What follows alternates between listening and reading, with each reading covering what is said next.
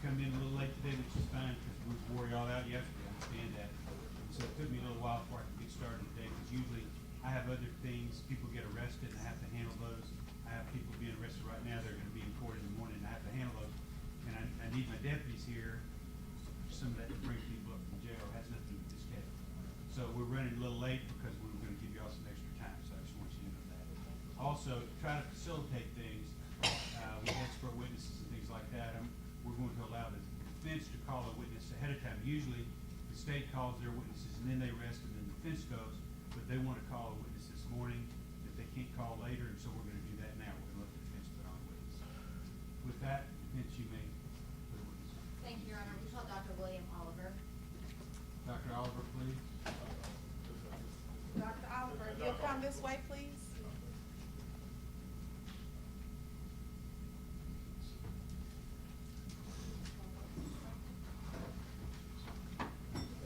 Yes, sir.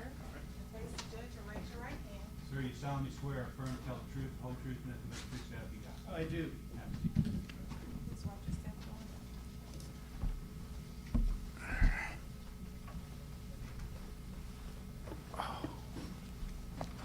Dr. Oliver, would you please state and spell your name? Sure. I'm Dr. William Oliver, W-I-L-L-I-A-M-O-L-I-V-E-R. And Dr. Oliver, what do you do for a living?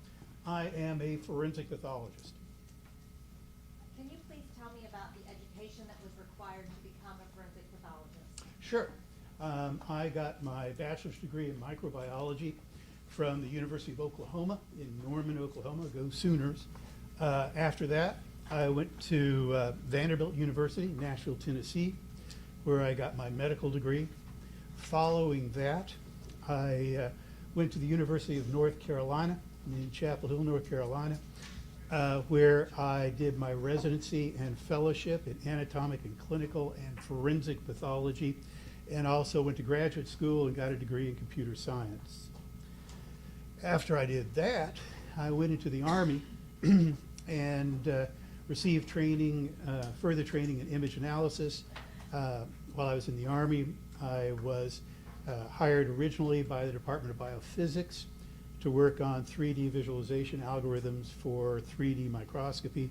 But I was also attached to the Armed Forces Institute of Pathology, Office of the Armed Forces Medical Examiner, where I did occasional autopsies, but mostly did image intelligence work. My area of expertise was, believe it or not, torture and beheading, and which has a surprisingly limited civilian usefulness. I ran a small military computer network. I did that for a total of 12 years, and then during the Base Realignment and Closing Act, they closed Walter Reed, which is where I was spent most of my time. And the Army decided that they valued me more as a computer scientist than a pathologist, so I had to make the decision as to which I wanted to be.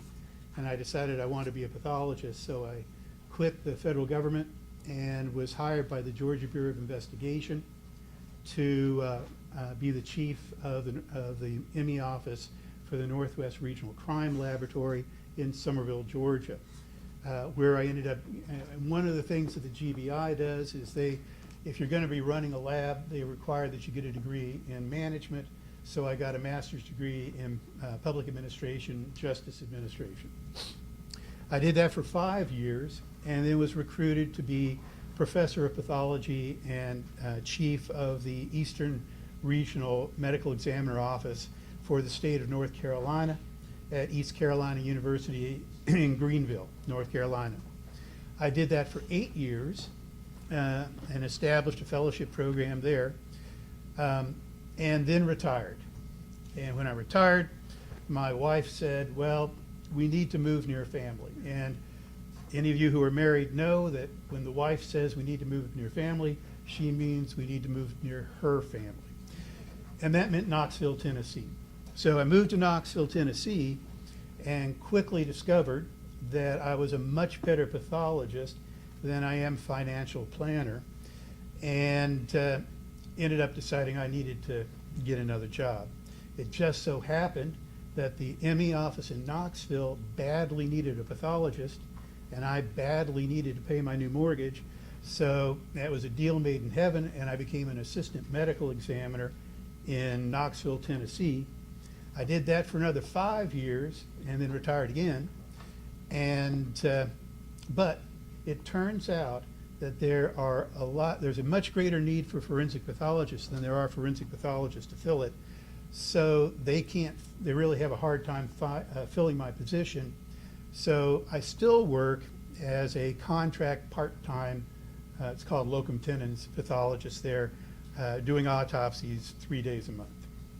So you covered education and employment. Oh, sorry, yeah. That's okay. Well, it's all kind of mixed up. In the medical field, do you have to do continuing education? Yes, And do you comply with all of your continuing Yes. education requirements? Have you ever held any teaching positions? yes. As I said, I was professor of pathology at ECU. I hold sort of affiliate or adjunct positions at UNC, ECU, UT, Knoxville, and believe it or not, University of North Dakota. Have you received any certifications? I'm board certified in anatomic, clinical, and forensic pathology. And are you licensed? I'm licensed in Tennessee, Virginia, Georgia, and North Carolina. You don't have to go through them all. Are you a member of professional societies? Sure. I'm a member of sort of the standard forensic pathology ones, American Academy of Forensic Sciences, National Association of Medical Examiners, as well as some of the computer ones, the IEEE and there's a thing called the Association of Old Crows, which is an electronic warfare group. Yeah. If I may pass forward a document to the witness. All right.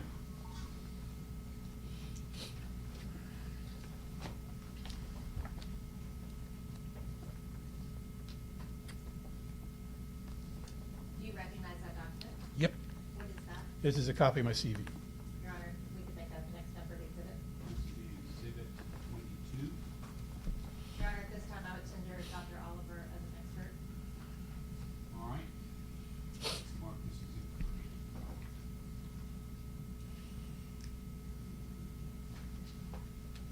And ladies and gentlemen, we marked another exhibit, one of the last video that we showed last night, we made that exhibit number 21. So this is exhibit 22. Do they have any questions? As far as, the board hour, as far as being an expert?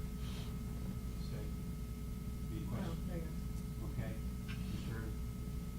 Mr. Irvin, any questions? Oh, no, Your Honor, I'm sorry. Okay, all right. So ladies and gentlemen, I'm going to find that he's an expert in forensic pathology as well. That's our third expert in that field. I'll let him testify and give his opinions. Dr. Oliver, did you review the autopsy of Mr. Gershun Freeman? Yes, I did. Do you recall who performed that autopsy? Dr. Ross. How do you review an autopsy that you didn't do? You read the report and you look at the photos and if there's other ancillary documents, you take a look at those also. And would that, did you receive any medical records? And the medical records, yes. Did you receive a transcript of Dr. Ross's meetings? Yes, Did you receive the video? yes, Did you receive police statements of discovery? yes, Did you receive witness statements? yes. Did you come to any conclusions? Yes. What conclusions did you come to? I came to the conclusion that I believe that Mr. Freeman died of cardiogenic shock. Is your conclusion supported by findings in the autopsy? Once again, sort of as ancillary stuff, yes, and the mechanism is slightly different than what Dr. Ross said. By ancillary stuff, would you explain to the jury what you mean by ancillary? Oh, sure. Here's the thing, and this is, and I think this is, I listened to the other testimony, and I think we're all pointing in the same direction. death in these cases, and in fact almost every case, is a combination of two things. It's a combination of a vulnerability and an insult. And so when you die and how you die depends upon how vulnerable you are and how bad the insult is. So for instance, if you're perfectly healthy and you get shot in the head, you're going to die because even though you're not very vulnerable, that's a pretty bad insult.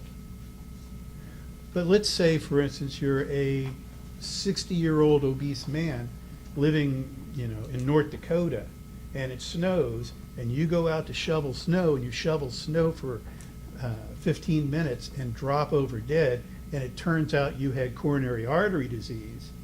Your vulnerability is your coronary artery disease. The insult was the exercise. And as you get older, you become more vulnerable, and it takes less and less and less of an insult to kill you. And so the autopsy report provides the vulnerability. What it doesn't provide, and the history provides, is the insult. And that would also be the video, right? Yes. May I approach the witness, Your Honor? Yes, ma'am. Passing you forward the document and the flash drive. All right.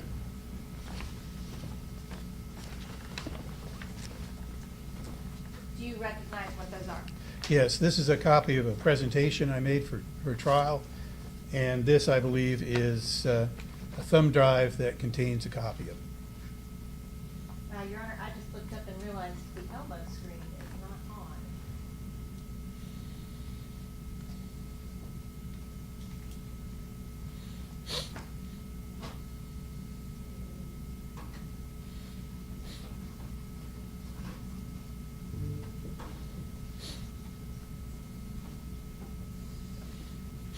What are those documents that I passed you?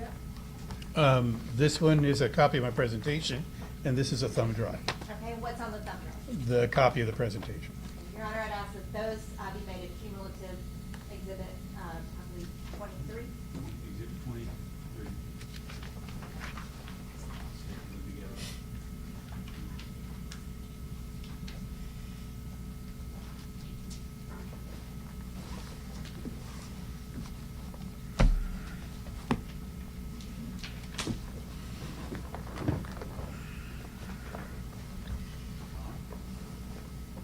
Could you create a slideshow to help the jury kind of understand this very complicated medical stuff?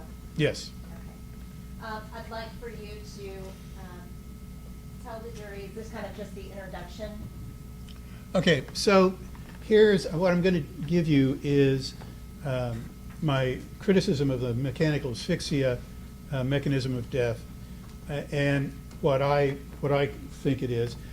I also want to address, it's actually not in here, is why it is that none of us really know, and that's really what the problem is. Are all of those letters behind your name, all of the educational background that you discussed earlier? That just means I'm fellows in those organizations.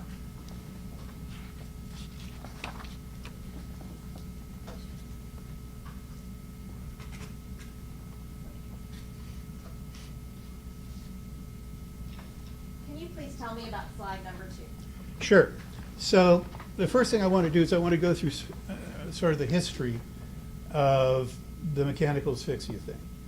What you're seeing here of the three of us is Dr. Lee represents sort of an old guard position that was very, very popular in the 1990s and early 2000s.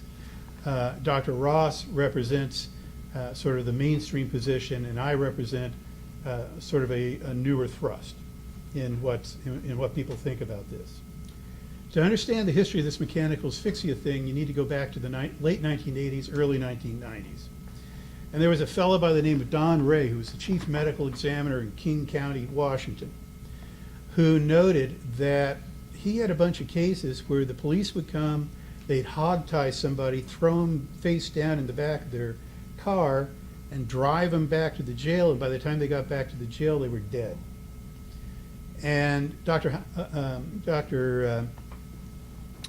Ray said, well, you know, maybe it's this hog tying and prone position that was doing this. And he collected a bunch of those cases and published them. When he did that, a bunch of other people said, you know, I've got cases like that too. Ron O'Halloran in Ventura, California, Michael Polanen in Canada, and people were going, my God, this might be really dangerous.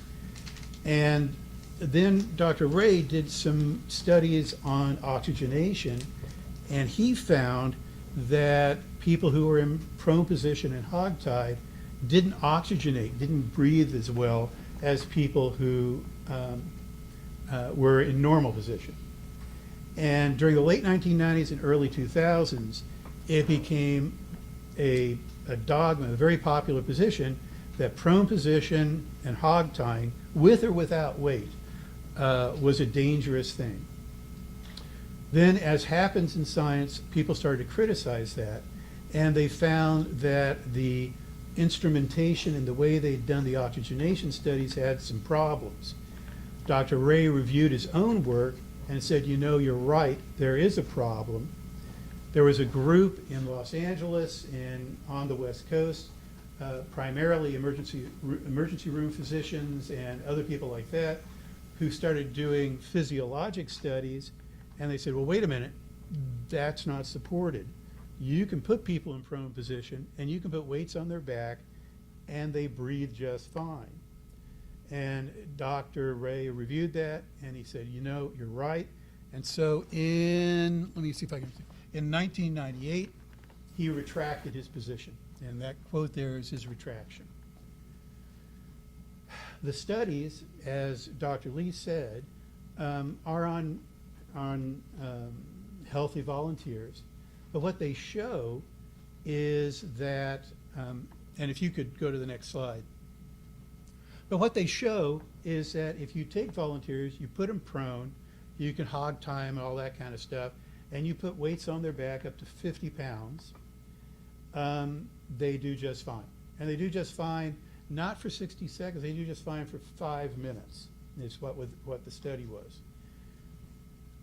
And it doesn't matter that it's only 5 minutes, because it turns out that if you look at the oxygen concentration in the blood and the release of carbon dioxide out of the blood, it's stable. It's not angling down. They're not getting worse. It's completely flat.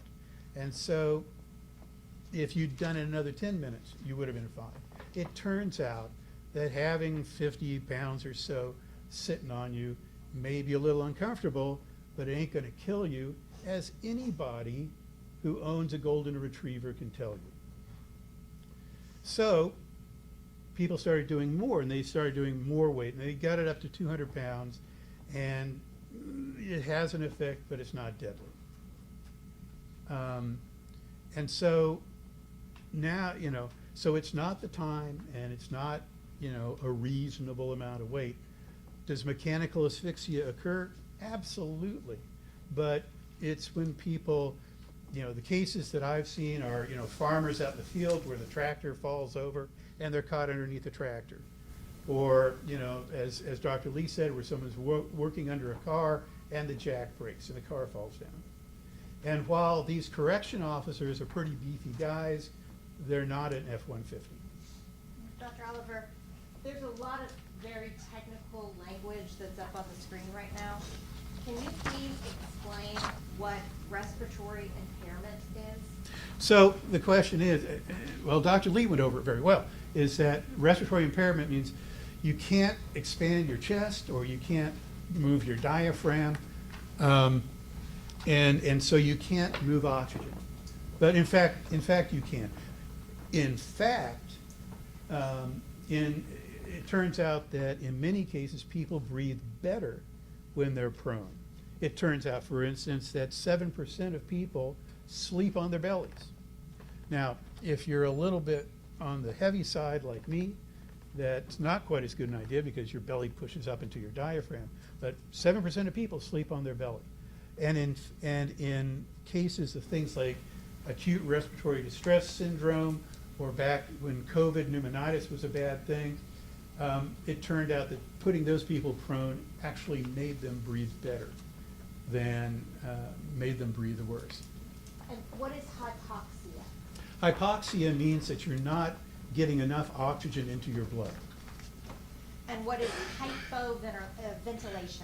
Hypoventilation means you're not breathing enough. And what is cardiac input? Well, let me see where that is. Oh, I'm sorry, cardiac output. Oh, there we go. Okay. Cardiac output is how well your blood is, your heart is pushing blood out of your heart. If any of you have ever had your heart evaluated, they might talk about the ejection fraction, where your heart pumps and 50 or 60% of the blood that's in your left ventricle actually makes it out. So, kind of in basic lay terms, what does this slide tell us? What this slide tells you is that the scientific studies on the physiology of what's going on does not support mechanical asphyxia with weights of less than 100, 200 pounds. What are populational studies? Okay, so the next thing, is to say, all right, a criticism of this is that, well, you're using healthy volunteers. It's actually not really a criticism, and I'll deal with that later. But the other thing is that if prone position and subdual in prone position was really dangerous like that, then you should see more people dying in prone position than you should see if they're subdued in supine or on their back position. So for instance, the classic example of this is thinking about smoking. If people are saying, is smoking bad for your health? Well, we're going to take a population of people out in the world that don't smoke, and we're going to take a population of people out in the world that do smoke, and we'll see what they look like. And son of a gun, the people who do smoke have lung cancer at a rate 44 times that of the people who don't smoke. So you can say, well, smoking's probably not very good for you. So that's what they did. They went out, and there have been four major studies now that went out into the wild, sort of, and looked at police departments and followed them and looked at how people were subdued and compared the people who were subdued prone from the people who were subdued supine. And it turns out there's no difference. So in terms of the population, people can die supine and people can die prone, but they die at about the same rate. And did this study particularly only address prone versus supine, or did this study address prone plus weight? This was just subdual, so they didn't do weight. If they, depending on the policy of the police department, whether or not they put knees on people's backs. But the primary crux of this one was just the Prone, restraint yeah. subdual.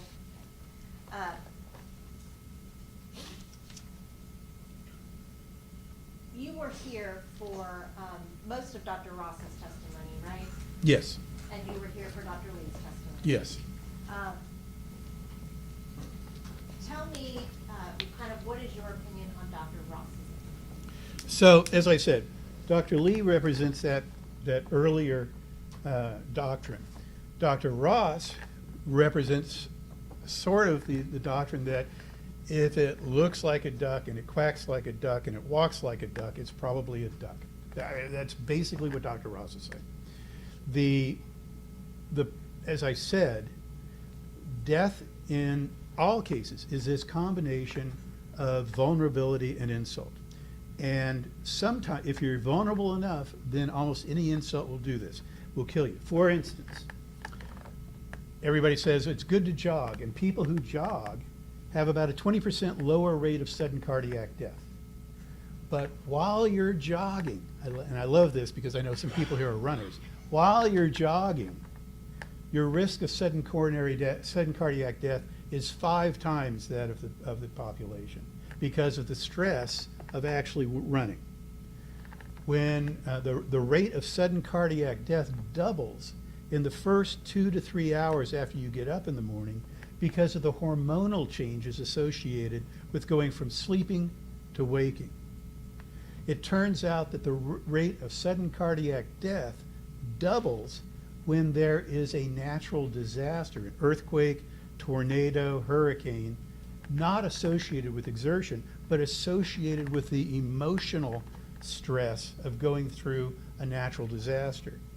One of my favorites of this was actually during the first Gulf War, when Saddam Hussein tried to get the Arab countries to get involved in the war against the United States by getting Israel involved. And so he took these really bad ballistic missiles called Scud missiles and shot them towards Tel Aviv.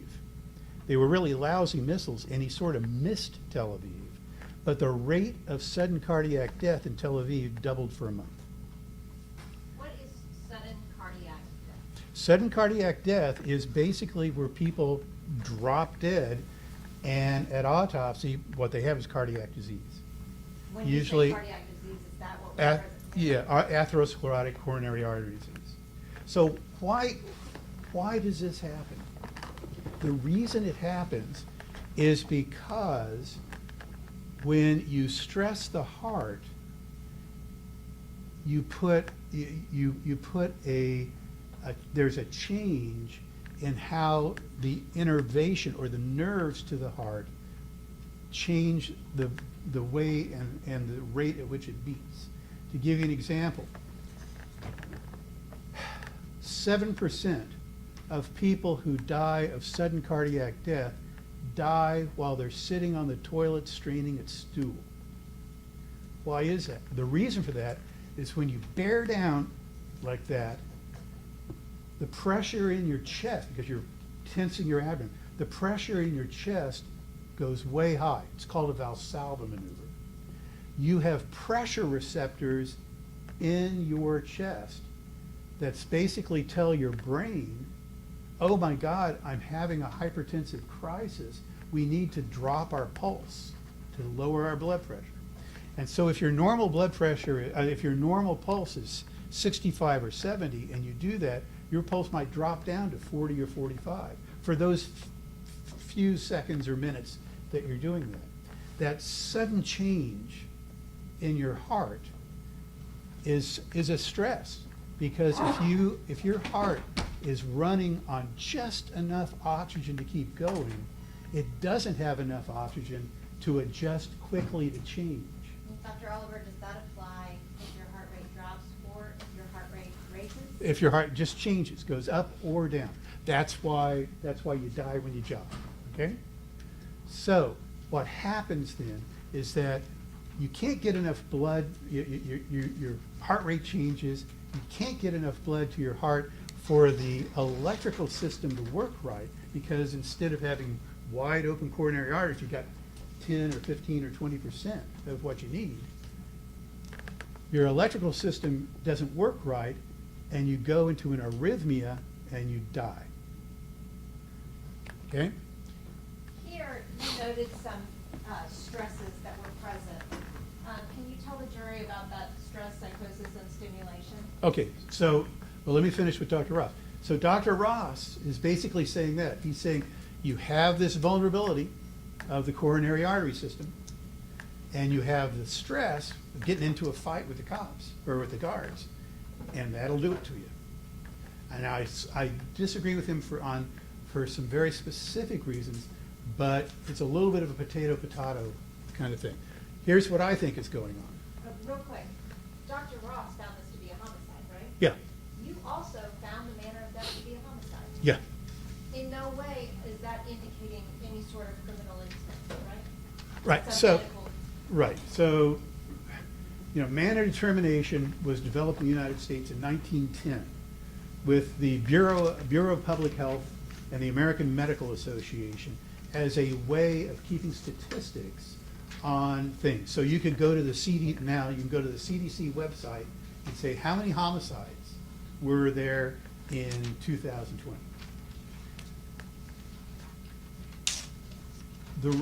There's a lot of errors in that, because manner determination is in part cultural. To give you an example, I like guns. I'm a big gun fan. And when I look at manner determination and I see a hunting accident, I'll call it an accident. I've got a very good friend who lives in San Francisco, and she hates guns.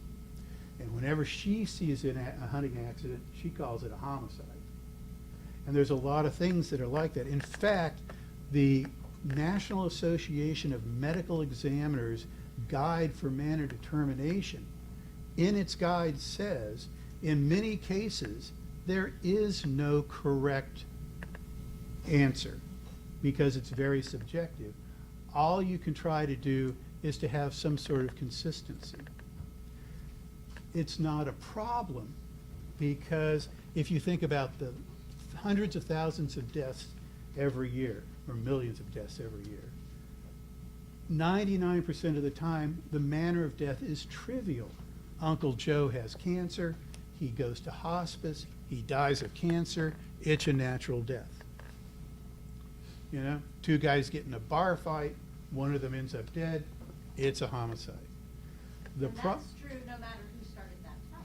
Yeah, so no matter. So here's the thing though, is that in a small percentage of cases, it's a little ambiguous and people will disagree. From the public health perspective, we don't care because that's just a little bit of statistical noise. The problem is that those ambiguous cases where people might disagree are exactly those that end up in court. And so it seems like everybody's disagreeing all the time, but we're really not. Now, here, it's a homicide because when Mr., in your opinion, when Mr. Freeman had this cardiac episode, he was engaged in an altercation and struggled, right? Yeah, my rule is that if there's a fight, it's a homicide. And that, like I said, that doesn't matter who started it? Right. Okay.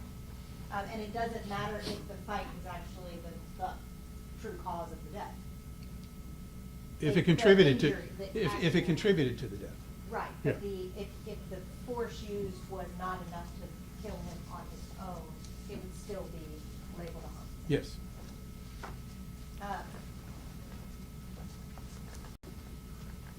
Okay, so now you want me to go to, move on to what I think it is? Yes. Okay, so here's what I think it is. And at the end, I'll tell you why I think it is. I think that there's something else going on. And what I think is going on is called stress cardiomyopathy.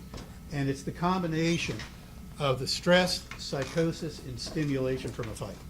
Go ahead, next. And that's what I said, stress cardiomyopathy. Next. So let's talk about what this is.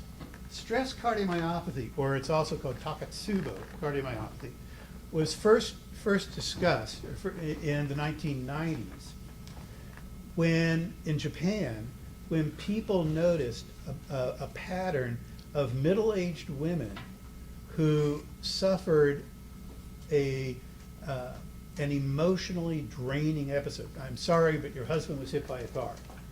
And they'd start feeling chest pain, and they'd start going into cardiac failure, and nobody knew what was going on. They did echocardiograms of them, and what they found was that the heart had basically been stunned.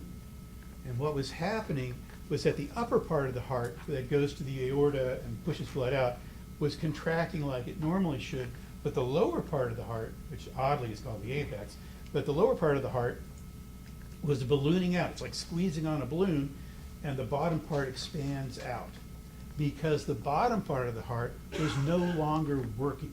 It was just flaccid. Go to the next slide. It was called a Takotsubo cardiomyopathy because Takotsubo is Japanese for lobster trap, or sorry, octopus trap. And here's a, do you have a pointer?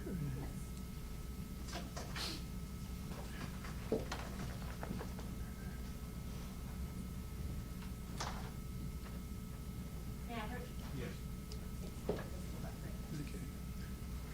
So up here is a ventricular, or an image of the heart, and that's the normal shape of the heart. When the heart beats, it should sort of stay that shape, but it just gets smaller, okay? But in these patients, the top of the heart up here contracts like it's supposed to, but the bottom of the heart balloons out like that. And that's the Takotsubo. Go to the next slide.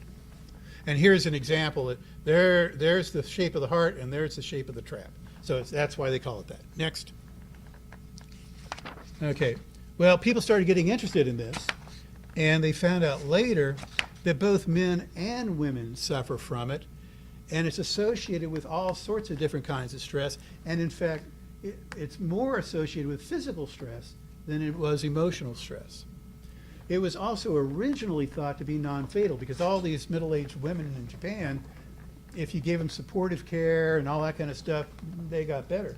But it turns out it has the same mortality as a regular ischemic heart attack. About 5 to 9% of people who have it die right there. Dr. Oliver, what's the difference between this and a regular ischemic heart attack? An ischemic heart attack occurs because the epicardial or the big arteries in the heart get blocked, or for some other reason you can't get enough blood through them, and the heart muscle gets starved for oxygen and stops working. That's a regular heart attack. In this case, and I'll go through the mechanism in a minute, it has a very different mechanism. Go ahead. How does all of this work? Well, if you go to the next slide. Okay, how does it work? Okay, so here's the thing. It all has to do with adrenaline or epinephrine. Okay, when people get excited and angry or whatever, okay, you release epinephrine from your adrenal glands, and when you talk about adrenaline and epinephrine, they're the same thing. It turns out that in England it's called adrenaline. In the United States, a pharmaceutical company trademarked the term adrenaline, so we have to call it epinephrine instead. So, and you get what's called the flight or fight response. You get hyper, sort of like I am right now. You get hyper, your pupils dilate, your blood vessels expand, you're ready to go. Okay. Is that the fight response? Or Yeah, that's the fight or flight response. Now, it turns out that you actually release more than just adrenaline. You release noradrenaline and some other things. The general class of these stimulatory hormones are called catecholamines. So if I slip and use that term, that I'm just talking about the general class. Go to the what next. exactly is a catecholamine? Catecholamine is the general class of stimulatory hormones that are like adrenaline. Okay, so by stimulatory hormones, you mean? Right, it's serotonin, dopamine, all those. Okay, as I said, these are the flight or fight response, but here's where it gets complicated. There are two different kinds of receptors for epinephrine in your cells, okay, alpha and beta. And for each of the betas and alphas, there are multiple different kinds as well. That's a good thing because it turns out that getting too much of this stimulation actually causes bad cellular responses. It causes a thing called apoptosis, in which the cells just die. And so what happens is that as your level of adrenaline goes up, these other receptors come into play that try to tone it down. Okay? So while the beta receptors do this vasodilation, the vessels get big, the eyes get big, you're ready to go, the alpha receptors say, no, no, no, no, no. We want to take it down, we want to settle down, we don't want to go overboard on this. And you actually hear this, you actually, go to the next slide. You actually see this in the literature where people talk about, people get red with anger. You get real red and angry, but they get white with rage. And what that is that when you're angry, your blood vessels dilate, your face gets red. When you get overboard on it, your blood vessels start to constrict and you get white with rage. And Dr. Oliver, when you say literature, you mean like real literature, the books? Yeah, people, Like that's the same, white yes, with rage, novels right? Okay. Overloading cells with these hormones can cause horrible problems, which, by the way, is why you die when you take methamphetamine, because methamphetamine is essentially epinephrine. Next. Okay. So stress cardiomyopathy, or Takotsubo, is essentially the effects of this alpha and beta overload. Okay? Beta receptors overload causes direct damage to the heart. As I said, if you get enough in it, cells start dying. Now, Dr. Oliver, this is very like complex medical stuff, right? So please forgive me if I ask any questions that seem elementary. But what kind of problems can an overload cause? Okay, so as I said, this overload, heart muscle cells start to die. Worse, what cells that are called endothelial cells in the small blood vessels, not the big coronary arteries, but the small blood vessels that go deep into the muscle, they start to die. And when they start to die, the blood vessels don't work, the alpha receptors cause them to constrict, and your heart doesn't get enough blood, but it's a different pattern than the big coronary arteries, because the damage is done way on the inside of the heart, the middle part of the heart muscle, where the very small arteries, very small blood vessels. So the beta receptors actually become toxic. The alpha receptors cause the small blood vessels to constrict.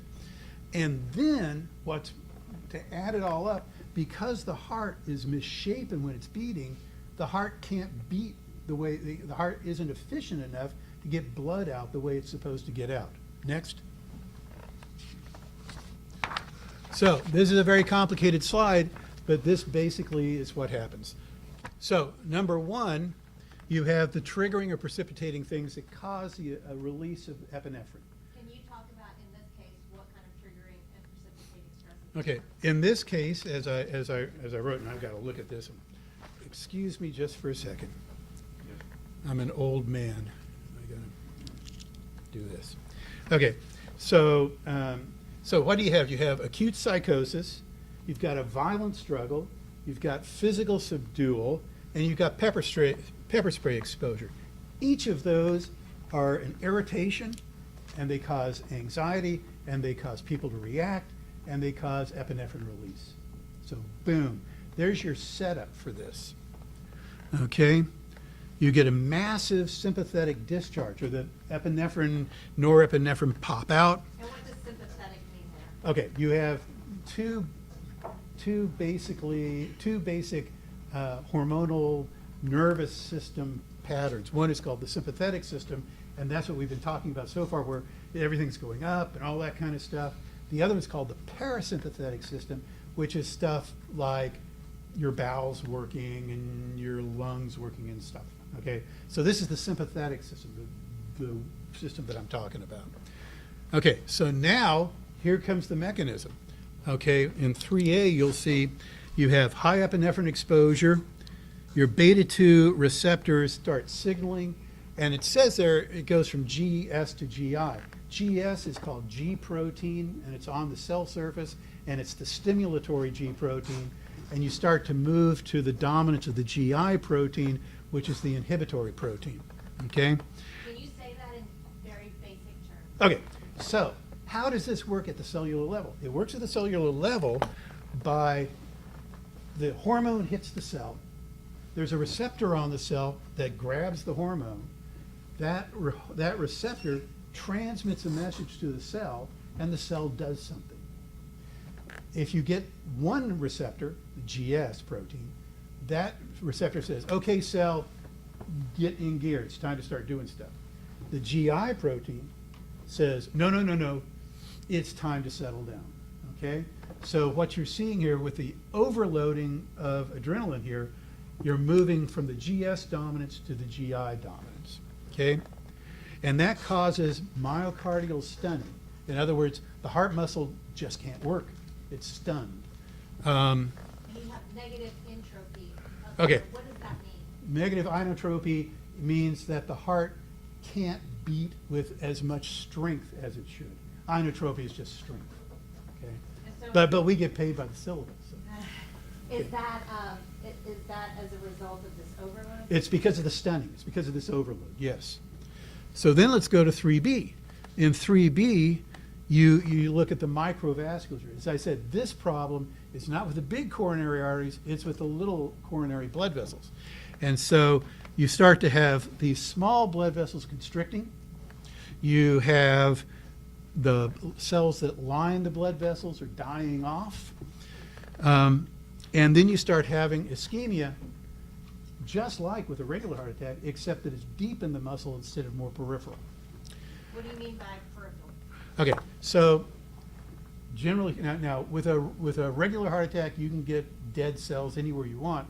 But in general, when you have this sort of ischemia that occurs because your heart's beating too fast and stuff, it's the outer layers of the heart that are damaged first.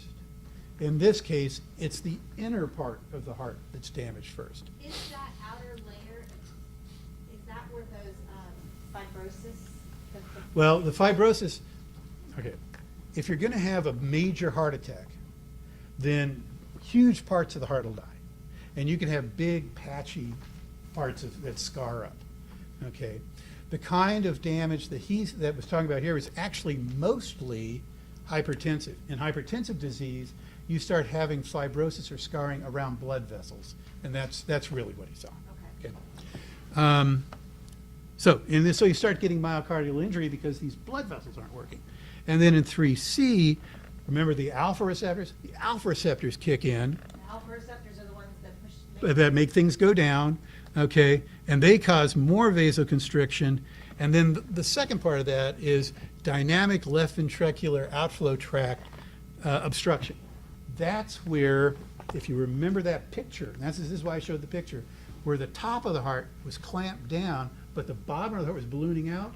Well, what that means is that the bottom of the heart is having trouble pumping blood out, and the top part of the heart has constricted so much that it makes it hard for the blood to go out. So it's hard for the blood to actually get out of the left ventricle at all, regardless of whether or not it's stunned and all that stuff. So now, with all of that going on, you have this becomes acute stress cardiomyopathy. You start going into heart failure. You get wall motion problems with the way the heart moves, and you start to get pump failure. The heart can't pump blood out, and you start going into cardiogenic shock. And that was one thing we talked about with Dr. Lee yesterday. Were you here for him talking about the heart as a pump? Yes, And do you agree with that analogy? right. And for you, this process is what affected the quality of the pump. Right. So now their heart's not working because it's damaged. Mechanically, it's not pumping the way it should. And so you have rapidly progressive cardiogenic shock. Cardiogenic means because of heart problem. You start going into shock. You have hypotension. You're in a low output state. Not enough blood is getting out of the heart. You start getting a little pulmonary edema, a lot of times anyway. And you start having problems with the electrical system. And I won't spend a lot of time on that. And so what happens then is you move into cardiac shock. You become less and less able to move. You become lightheaded. You become disoriented. And then you kind of peter out and you die. So this, what you're describing, is not something that happens immediately. No, it takes a while. It takes a while. This is even as you get down, this is a process. It's a process, okay? Does this process take minutes? It can take minutes or it can even take hours. Okay? Okay, and what's even worse is that if you do stop, if you finally settle down after all of this, when you stop, you have another surge of epinephrine and norepinephrine. So what I'm going to show you is a study where they did that after having volunteers go out and exercise. Go to the next slide. So here's a couple of charts. What you see on the y-axis going up and down. And if you would use the. Oh, I'm sorry. Oh, geez. Okay. On the y-axis here, this is the amount of norepinephrine and epinephrine. And here is how much you've been exercising. So the first few are sitting and standing and stuff like that, and then working out for 5 minutes, 10 minutes, et cetera, up to about 210 minutes. And the more you work out, the more epinephrine you put out, and then you stop and you have a cool down period. And when you have that cool down period, I'm sorry, I shake, I'm old. Boom, you have a pop up right there, and that's in the first few minutes after you stop. And here it is again. Go to the next slide. Okay. And those peaks there occur after you've stopped your exercise. So, and that, you know, when Dr. DeMaio wrote in his book, well, you know, a lot of these people seem to die once they've stopped struggling. That's why. Is because after they stop struggling, boom, you get that last pulse of epinephrine, norepinephrine coming out. And when you reference DeMaio, that was this DeMaio's Forensic Pathology book that we discussed with Dr. Lee yesterday? Yeah. Were you able to hear the sections that were read? Yes. And the section that this would tie to would be that post-exercise apparel? Yes. And this is kind of charting out what DeMaio was explaining? Yes. Is this also consistent with your findings? Well, this is my opinion. Yes. Yeah. Right. The studies, I'm sorry. Right. The Right. epinephrine and the norepinephrine, the effects on the Right. body, this study is consistent Right. in your opinion? Right. And is this DeMaio book, is this something that's relied on heavily in forensic pathology? It's a common textbook. As with everything in today's world, you know, the medical literature is moving so fast that textbooks are always 5 or 10 years behind. That's it. And then I wanted to make sure, can you tell me what the difference is again between the epinephrine and the norepinephrine? They're both stimulatory hormones put out by the adrenal gland. Okay, and those are the catecholamines? Right. And the catecholamines are what that big surge is? Well, yeah, well, no, the y-axis here, I think on this axis, this is norepinephrine, and that axis it's epinephrine. Okay, but those little lines represent? Right, the amount- dot, yeah, right. The lines represent the levels. Okay. Okay, I've told you before, you have to break this stuff down for me. yeah. I'm doing my best. okay, so when this happens, when you have this shot of epinephrine, the other thing that happens is that the level of potassium in the blood skyrockets. Potassium is a chemical that is used in electrical signaling all over the body, and in fact, and it's also used in the conduction system of the heart. When they do judicial executions, you know, they give you the lethal shot, the thing they use to kill you is injecting potassium. Okay? And, or it used to be. Now there's some changes. But, and the rise and fall, this variation in potassium in the blood, is associated with a massive increase in sudden cardiac death. So is this, the potassium, is that tied to the catecholamine? It's a response to the catecholamine surge. Okay. Okay? So that is a subsequent process or a simultaneous? It's all part of the same process. Okay. And so this is in addition to the cardiomyopathy. So you got the cardiomyopathy going on, and now you've got this blood chemistry thing going on. Next. And here's a study that talks about a little bit about this. This is a study of sudden cardiac death in some, like Norway or Sweden or something, after exercise.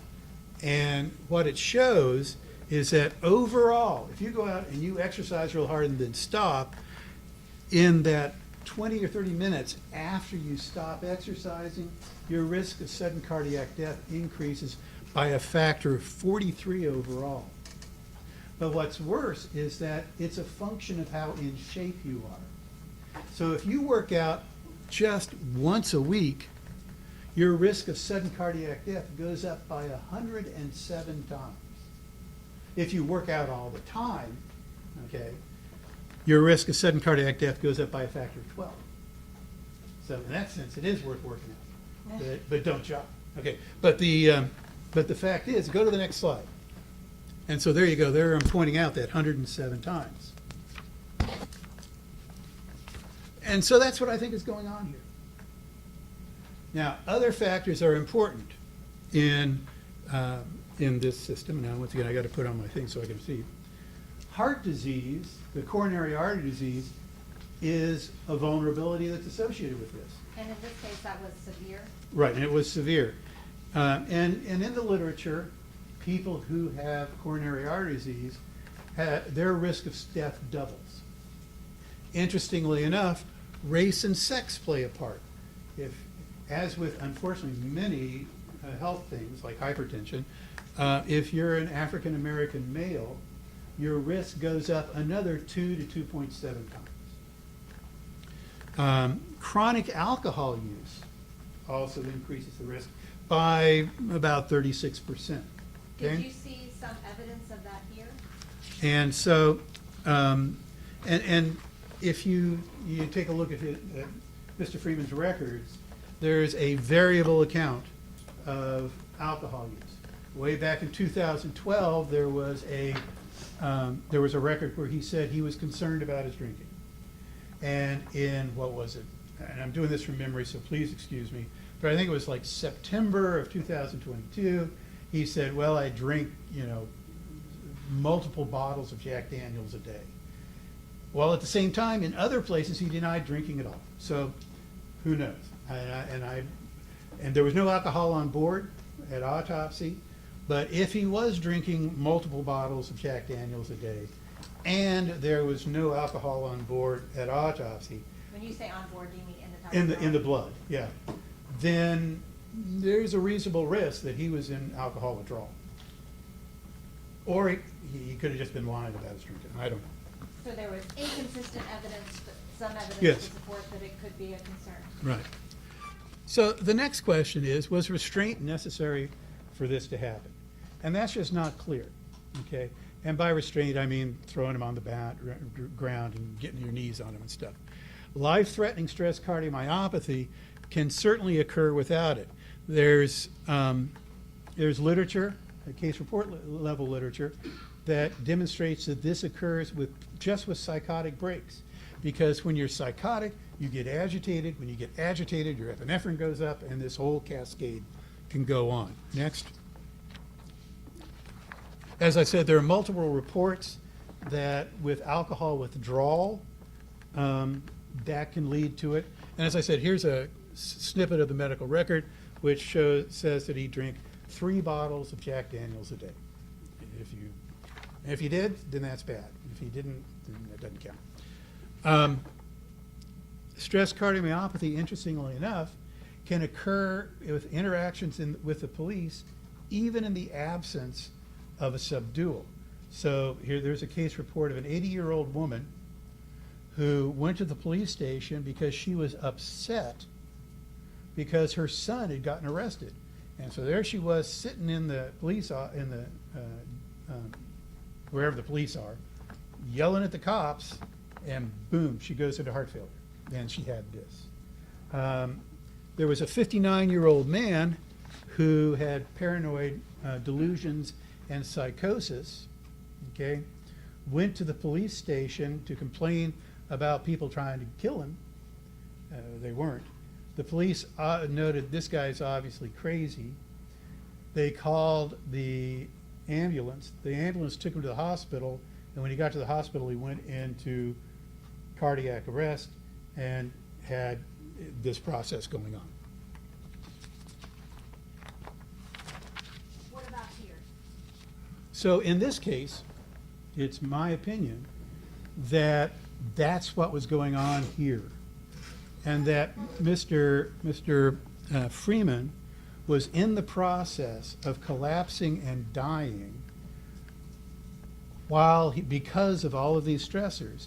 And what you saw at the end was that he was collapsing not because he was becoming hypoxic because of pressure on his chest.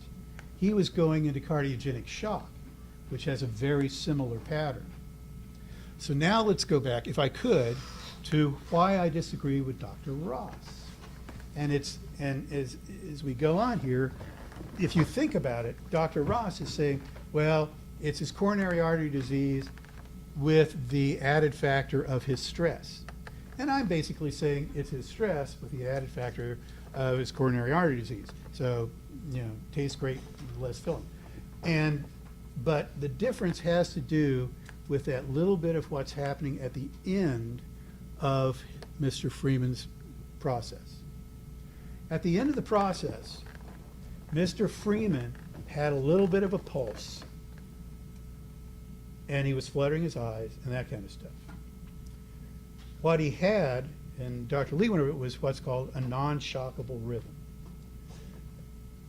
And I think it's important to understand exactly what that means. If you have that ischemic coronary artery type syndrome, what happens is that the conduction system in the heart can't get enough oxygen, and it starts acting badly. It becomes disorganized, and the heart doesn't beat, it just kind of vibrates. It's called ventricular fibrillation.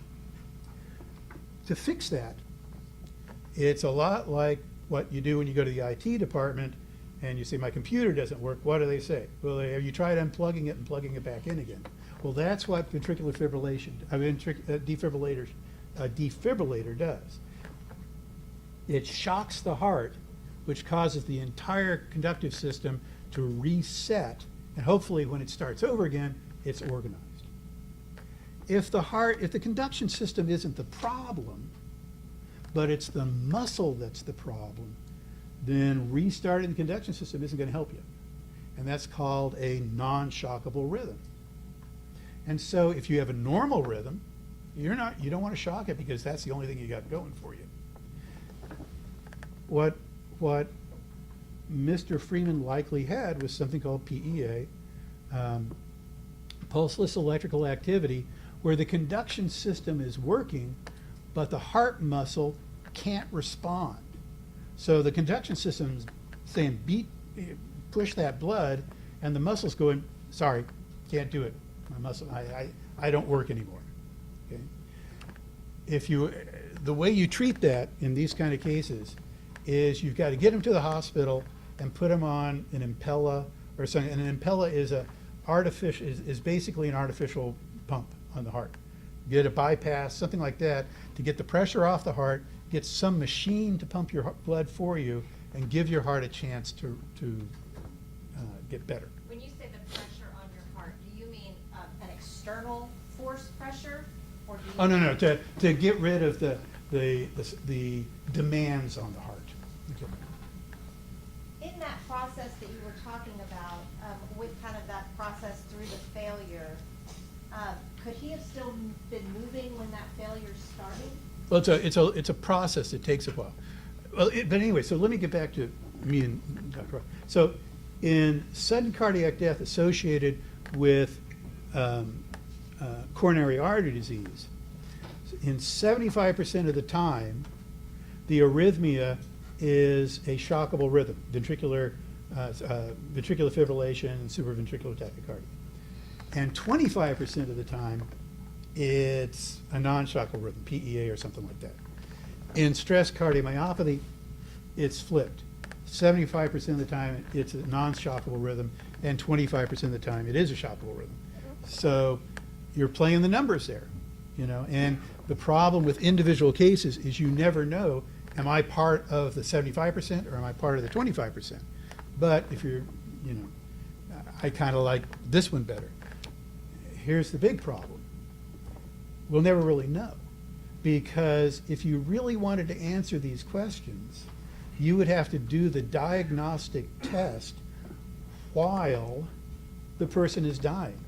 If I wanted to really demonstrate that this is what's going on, the stress cardiomyopathy is what's going on, I would have to do an echocardiogram while the person's dying in order to show the ballooning of the heart. That ain't going to happen. If the person survives long enough to make it to the hospital where you can do the echocardiogram or the ventriculogram, they're probably going to survive. If you wanted to prove that it really was coronary artery disease and he was having an ischemic episode, you'd have to do functional perfusion testing while he's in the process of dying. What is that? Where basically you're going to look and see how much blood is getting to the heart and what parts of the heart are getting enough blood. That ain't going to happen. And if you wanted to retest the mechanical asphyxia thing, you'd have to do the same sort of thing. You have to do sequential testing of the blood to look at oxygenation and carbon dioxide and all that kind of stuff. And that's not going to happen either. So we can all talk about generalities of, in so many cases this, in so many cases that, but it's hard to address an individual case because you can't do the test you need to do. Dr. Ross's strength is that his is pretty common. There are, believe it or not, there are between 400 and 500 people every day in the United States who die of sudden cardiac death due to coronary artery disease. Of those 400 to 500, 200 to 300 at autopsy will show no blood clot and no plaque rupture. You'll just show the stenosis in the blood vessels like you have here. Why does that matter? Because it's so common. Every 3 minutes, while I've been talking here for 30 minutes, I don't know, you've had 10 or 15 people die in the United States of this. Just boom, boom, boom. For stress cardiomyopathy, 250 people a year die of it, as opposed to 400 to 500 a day. Okay? And there's a saying in medicine, when you hear hoofbeats, think about horses rather than zebras. And so Dr. Ross's strength is that that's what happens most of the time. My strength, I believe, is that I think it explains what's going on here a little bit better. But the fact of the matter is that because you can't do the tests you need to do, it's going to always be a little bit up in the air. Dr. Oliver, when you talk about the difference between your opinion and Dr. Ross's opinion, you indicated that you placed more importance on the stresses, whereas Dr. Ross placed more importance on the physical structure damage to the heart. Right. Now, you said far fewer people die of stress cardiomyopathy Right. each year. Is that because of the fact that it's pretty rare to have those kinds of stressors present? No, it turns out that, and this is, people are just worrying, it turns out that, as you might expect, there are genetic predispositions to this kind of thing. There's a handful, like 15 or 20 genetic markers that seem to be associated with an increased risk for stress cardiomyopathy. However, they're still working on that. And we didn't do any of that kind of genetic? No, and it hasn't been proven. You don't really know. But the fact of the matter is that people who are prone to this are prone to this, and that's all there is to it.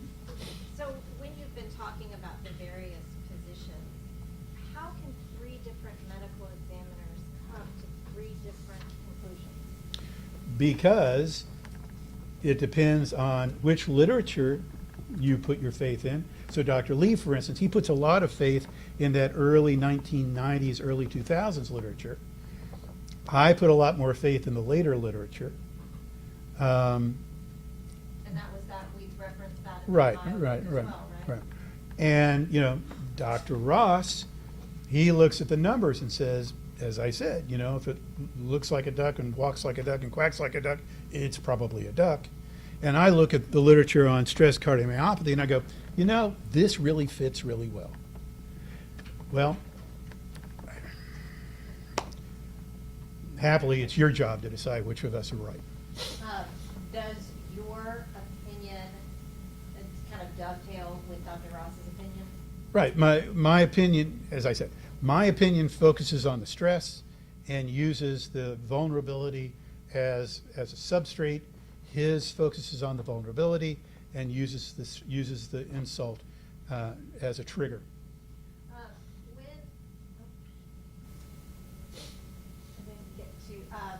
When Dr. Lee was testifying last night, he talked about the amount of time required. Can you discuss your opinion on that? Because he said it's the prone plus the weight plus the time. So I talked a little bit about this before. So the literature is pretty clear. And in fact, I've tried it on myself. Having some weight on having in prone position isn't too bad.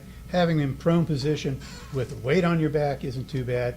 And then you go, well, it's how much time it takes. Well, no, because, as I said, the study shows that it's not a progressively downhill course. It's flat. It doesn't get worse. And that's the literature you were talking about before in the slides. Yeah, So, and that literature dealt with up to 5 minutes. right.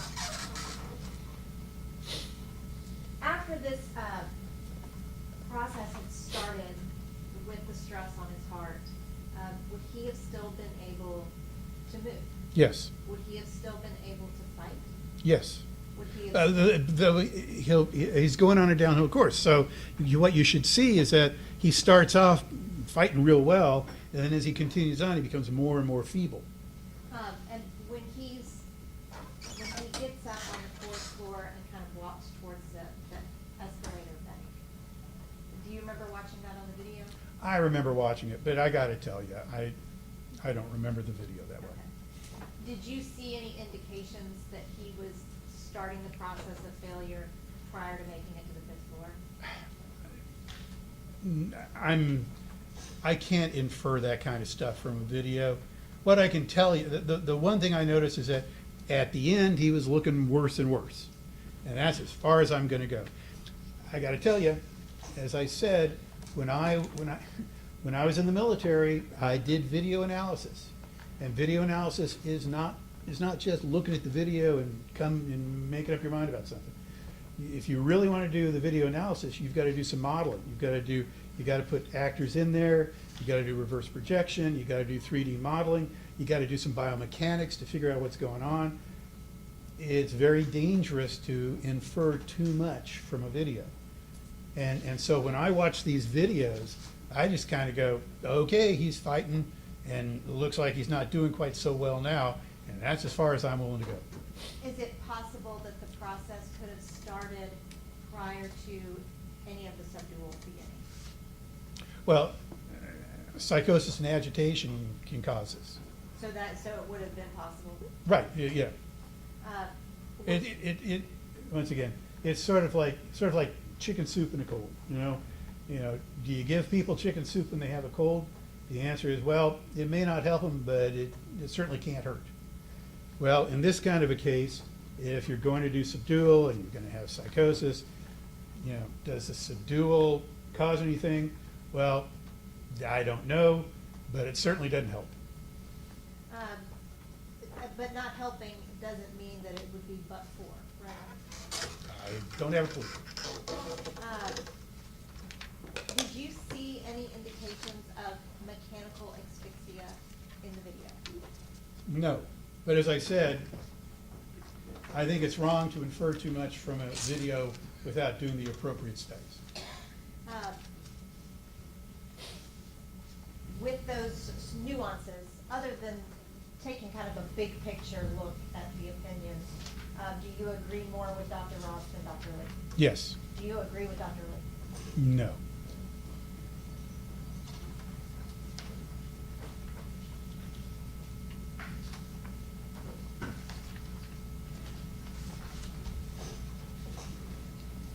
The additional information that you were provided, is that something that medical examiners normally rely on? Which. So the police reports and, the. If we can get them, a lot of times, when you're doing regular ME work, the records you get are kind of catch as catch can. So sometimes we get them, sometimes we don't. Do they help? Yeah, sometimes. How do they help? Sometimes they'll give you information that you didn't otherwise have. For instance, with the medical record, I had no clue that there was something in there about him drinking 3/5 of Jack Daniels a day. I mean, As far as Dr. Lee's opinion, is that based on that older literature? yes. And is the current position that older literature is outdated? Well, I mean, there's a debate going on. So if you ask me, the answer is yeah. If you ask Dr. Lee, the answer is no. And if we asked Demaio Yeah, Dr. DeMaio, he's definitely in my camp. Um, Is it possible with the extent of, Judge, I'm just gonna check and ask that last answer to be stricken. Dr. DeMaio is definitely in my camp. I can, Yeah, Dr. DeMaio is not here testifying, so the jury should not consider that. is DeMaio's position consistent with your position? When We can talk about whether his position is consistent, his position, but we can talk about how somebody else feels about it. Right, when my position is consistent with position in the book, and when I talk to Dr. DeMaio about it.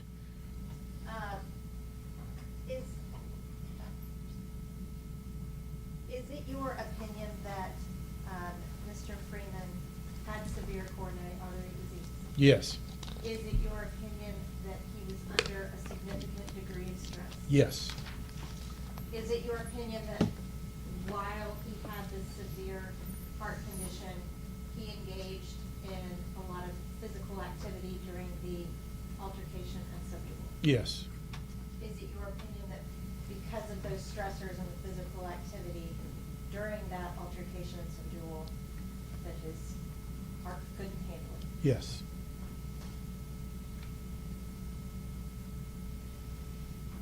I may have one moment. Yes, ma'am.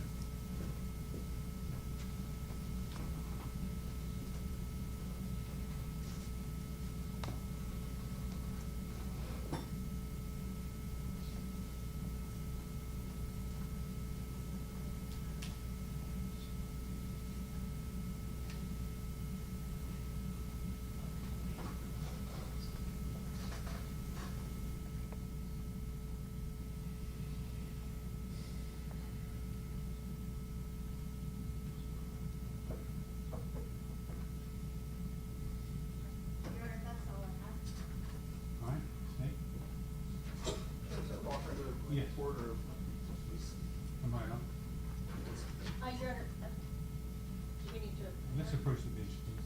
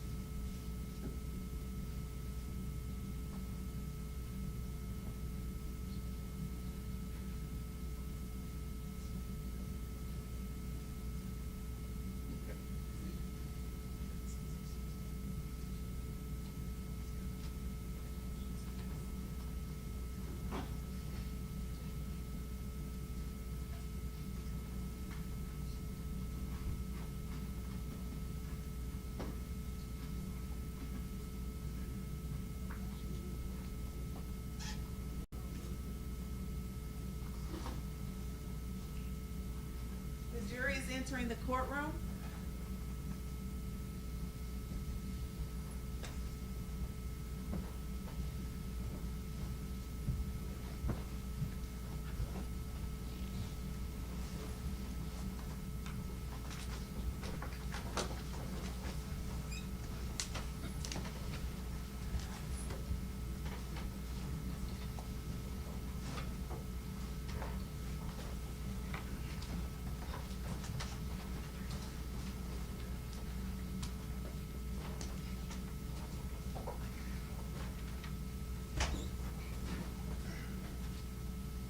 You may all be seated. Ladies and gentlemen, I thought we were gonna take a quick break, but it turned out there was other work we needed to do. We decided to sit on it. My seat hadn't left this chair while during the break. I apologize for that, but we got a lot of things done. They're gonna help us hopefully save time.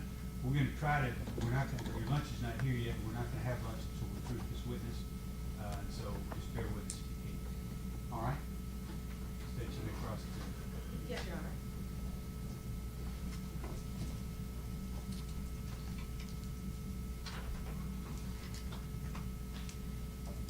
Good afternoon, Dr. Oliver. Good afternoon, ma'am. You were hired and or paid by the defense in this case, correct? Yes, by the Office of the Courts. Okay. And your current income is primarily from being hired as a defense witness in criminal cases, correct? No. My income primarily comes from Social Security and working as a medical examiner at Knox County. Okay. And as a part of your review of this case and forming your opinion, you were able to watch video footage in this case, correct? Yes. Okay. At this time, Your Honor, the state is gonna pull up exhibit number 12. All right?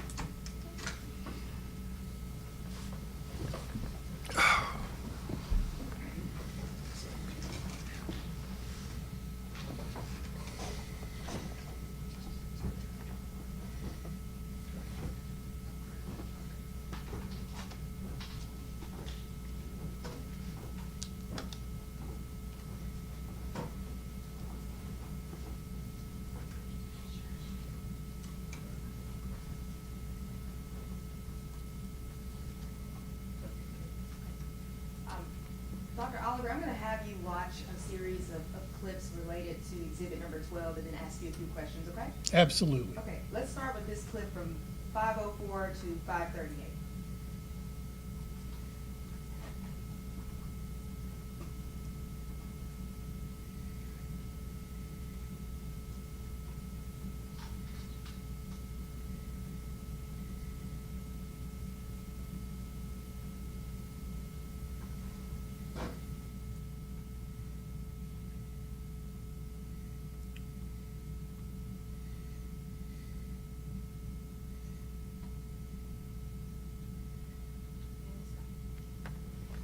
Dr. Oliver, were you able to review that clip? Yes. Okay. Yeah. Do you agree that the guards, including Mr. Stevan Jones, now have Mr. Freeman in the prone position with some weight on his back? I think he's in the prone position.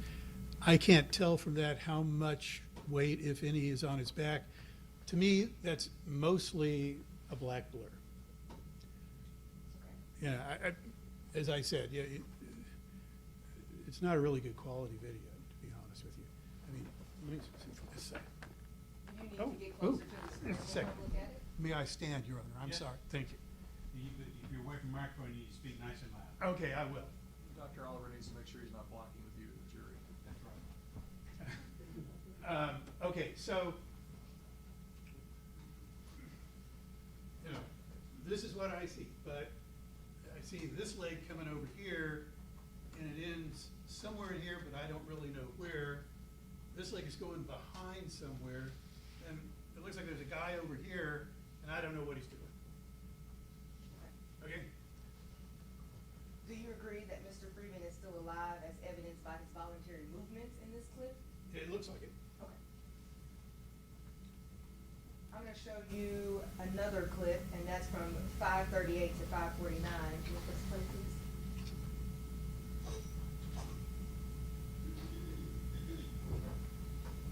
Oh, can I say something?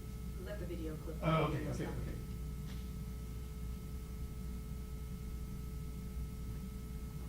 Were you able to see this particular clip? Okay, yes, yes.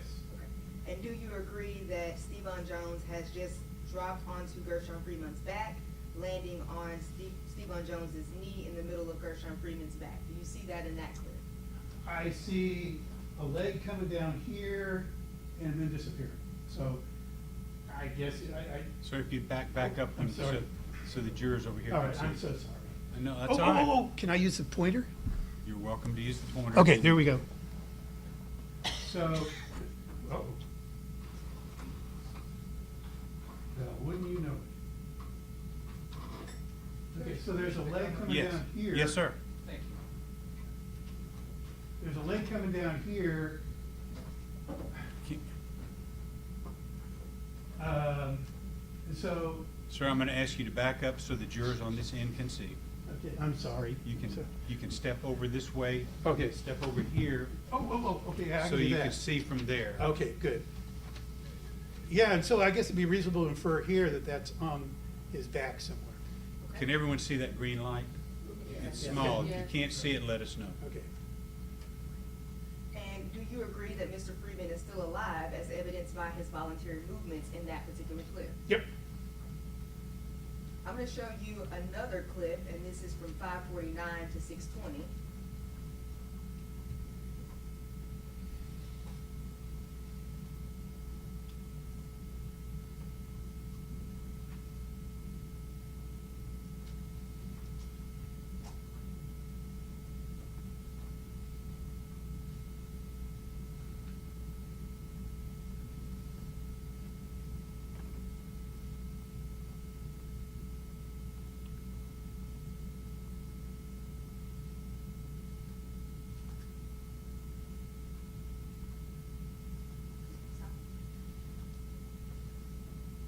Do you agree that this video clip shows Mr. Jones putting Gershun Freeman into handcuffs? Which one's Mr. Jones? We'll back it up so you can see the yellow. Oh, there he is, okay. I can't tell where he is, what he's doing right there.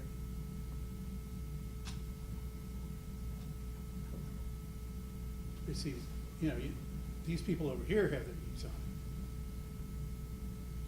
And just to refresh your recollection, Dr. Oliver, my question was, do you agree that the video shows Mr. Jones putting Mr. Gershun Freeman into cuffs?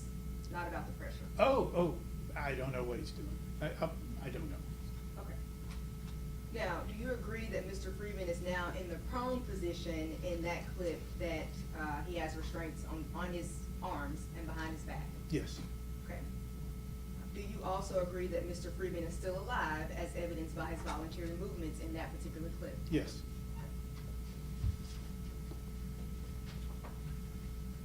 Dr. Oliver, I'm going to show you another clip starting at 6:20 and then ending at 7:05.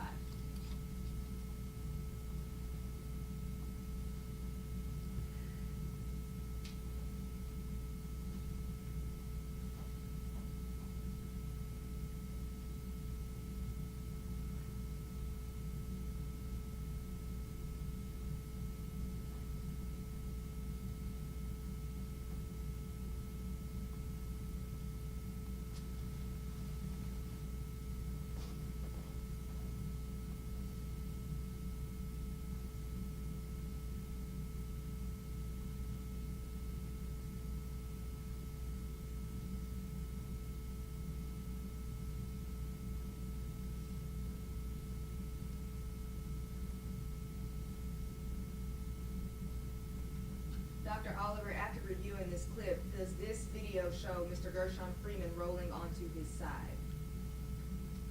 Or trying to roll onto his side? I was gonna say, it looks like he's still prone. He's wriggling around, yeah. Let me play another couple of seconds here. There he goes, trying to get up. Okay. Just for clarity purposes, do you see that Mr. Gershun Freeman is now trying to turn on his side at about 7:09 in this clip? He's rolling over, yes. Do you agree with Dr. Ross and Dr. Lee that it is easier to breathe when a person is on his or her side as opposed to being held in the prone position? Sometimes, it depends on your basic physiology. So for instance, as I said, some people breathe better when they're in prone position. Other people don't, in particular people who are obese. Do you agree that evidenced by this clip here, that Mr. Freeman is still alive as evidenced by his voluntary movements in this clip? Yes. I'm gonna back up and play 7:05 to 7:07, I think. That is the.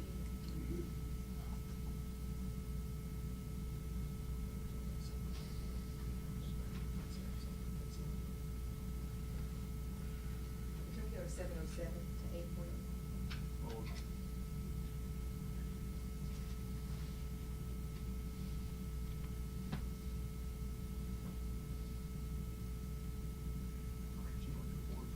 Yes, we can go forward. We can go forward from there. I'm gonna go forward from this clip and show you this one, Doctor.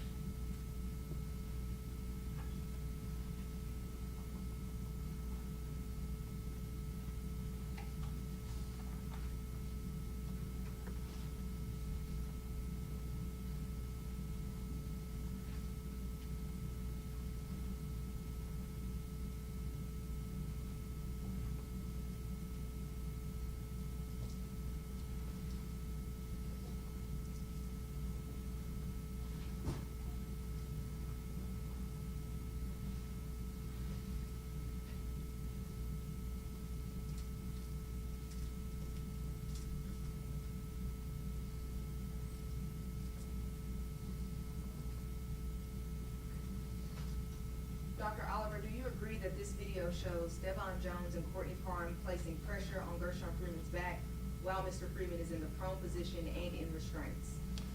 I'm not sure where, oh, now I'm hitting you with this laser. Oh, there, no. Okay, oh, it's bouncing off and hitting you, that's what's going on. Well, anyway, the guy in yellow, I'm not really sure where his legs are. It looks sort of like they're down on his upper thighs or something like that. The guy in green, he's got his knee on his back. Do you agree that Mr. Freeman is still alive as evidenced by his voluntary movements in this particular clip? Yes. Okay. I'm gonna show you the next clip, which is gonna be clip 841 to clip 905.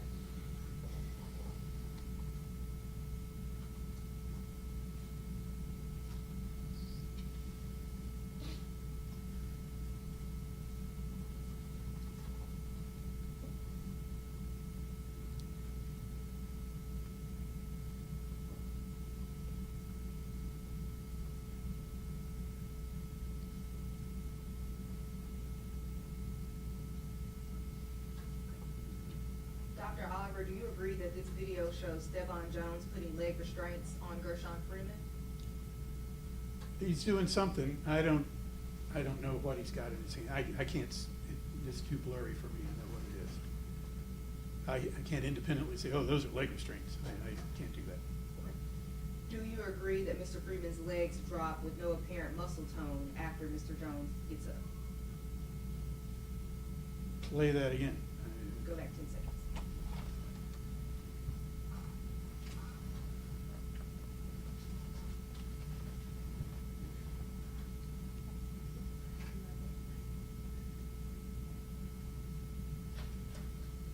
So his legs, yeah, his knees drop, yeah. His lower legs drop. Do you agree that Mr. Freeman has not demonstrated any voluntary movement since about the 8:41 mark of this video?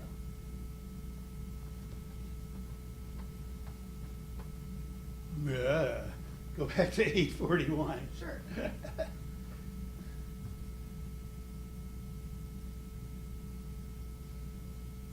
Okay, there's 841, right?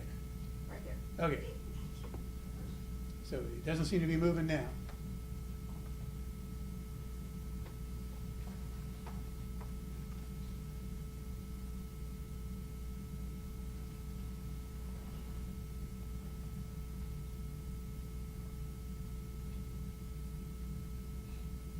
He's moving his foot there. Oh, no, that was the officer's foot. I'm sorry. Okay. Yeah.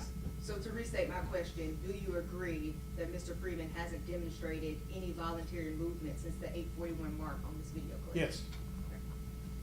I'm gonna show you another clip, which is from 9:05 to 10:48.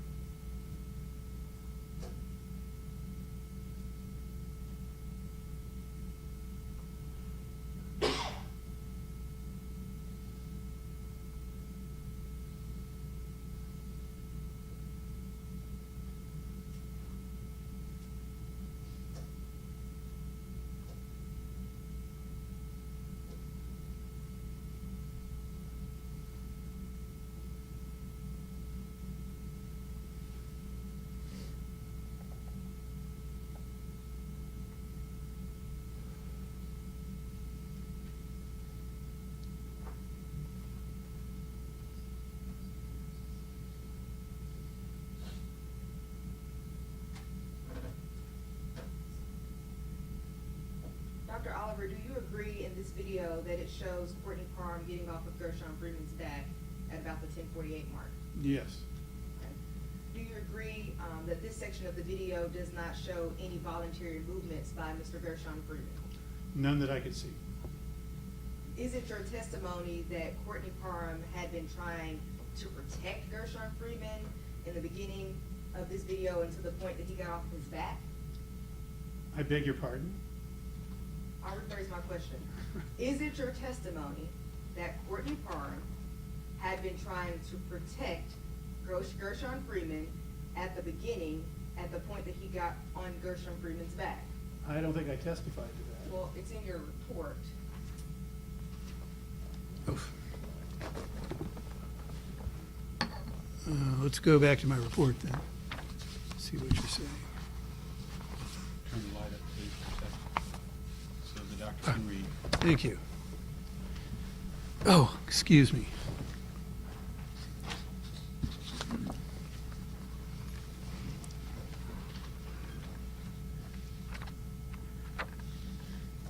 So what section is that in?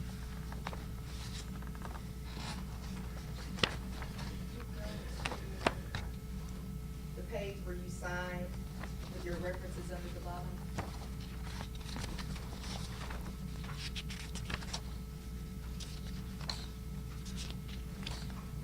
Okay.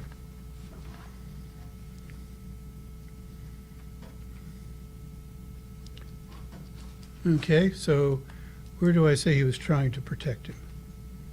If you look at the paragraph under 3.4, Yes.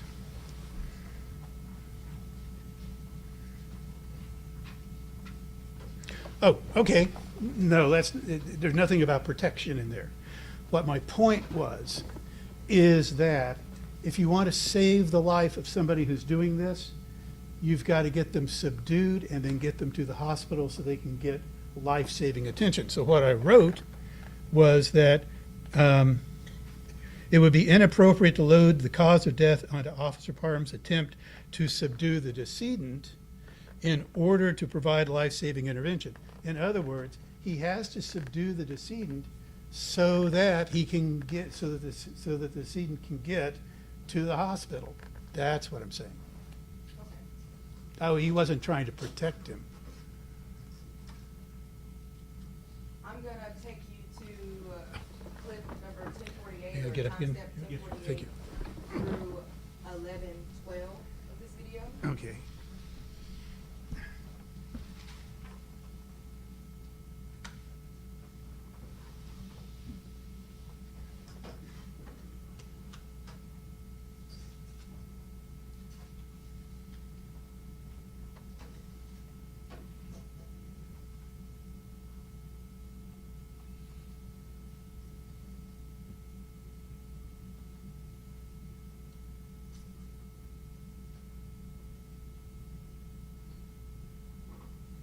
Dr. Oliver, do you agree that this video clip here shows jailers holding the lifeless body of Mr. Gershun Freeman in a very awkward position?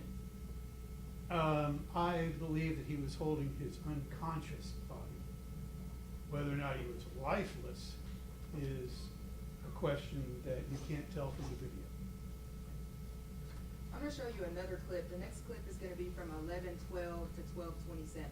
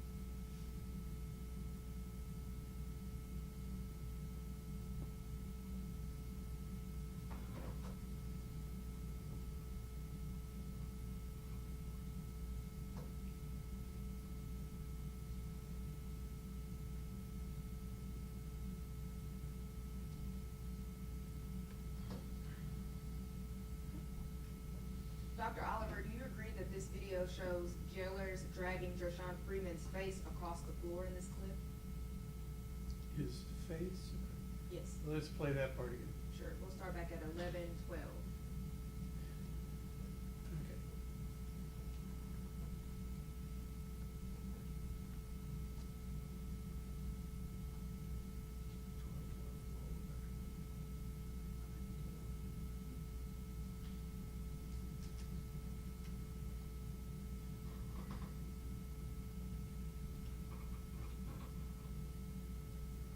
Okay, there you go. His face was on the ground. Okay, does it appear that his face is being dragged across the ground? Yeah, sure. Do you agree that at that point in the video, between 1112 and 1227, that Mr. Freeman appears to be lifeless in this video clip? He's unconscious. Remember, my belief is that he's undergoing cardiogenic shock. So he's unconscious, he's in the process of dying. Whether or not he is all the way there or not is something you can't tell from the video. I'm gonna take you to the next clip, which is gonna be from 1227 to 1958.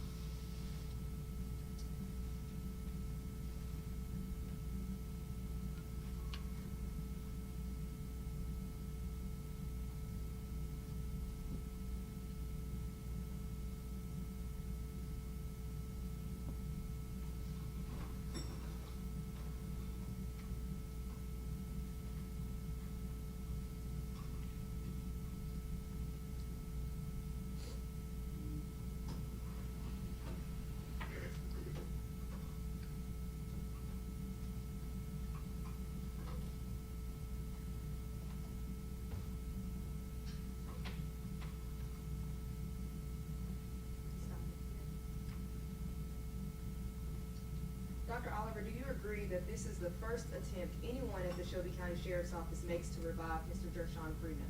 That's the first one I've seen. Okay. Thank you. My next set of questions, I don't believe involve the video system, so we can push it back.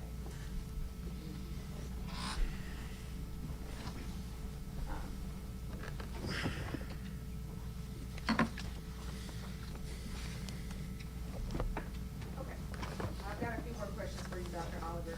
Are you familiar with a criminal case from another state where a police officer was charged with the murder and an in-custody death? Yes.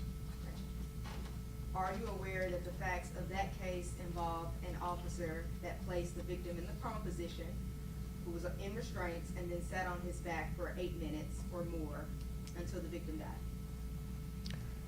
I don't think he sat on him, but he put pressure on his back.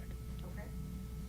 Are you aware the defense in that case was that it was not mechanical asphyxia? Say that. Are you aware that the defense in that case was that the result of the death was not mechanical asphyxia? Yes. Okay.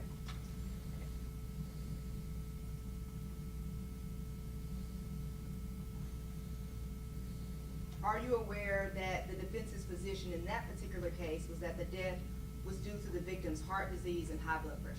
Yes. Were you hired and or did you accept employment in that case from the defense team? Yes. Did your work with the defense attorneys, or did you work with the defense attorneys to prepare that particular defense? Yes. Were you prepared to testify for the defendant police officer in that case if you were requested to? Yes.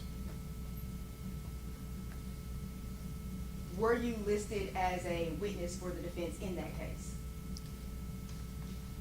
I guess so. And have you continued to write articles that have been published that the jury was wrong in that case? No. One moment, Your Honor, let me confer with counsel. Yes, all right, we'll come in, then she came to the front. If y'all would approach the bench for a second, please.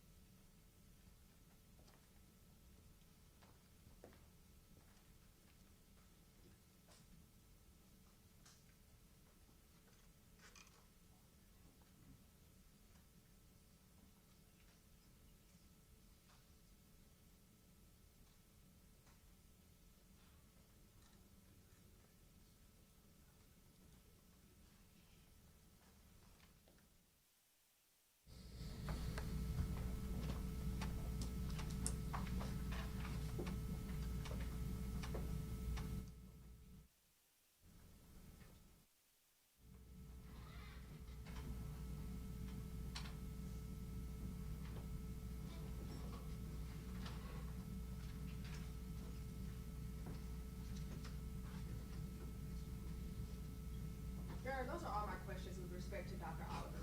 All right, Ms. Curran. I just have a couple brief follow-up. Ms. Dukes, is there any way you can pull that video up? Or actually, scratch the video.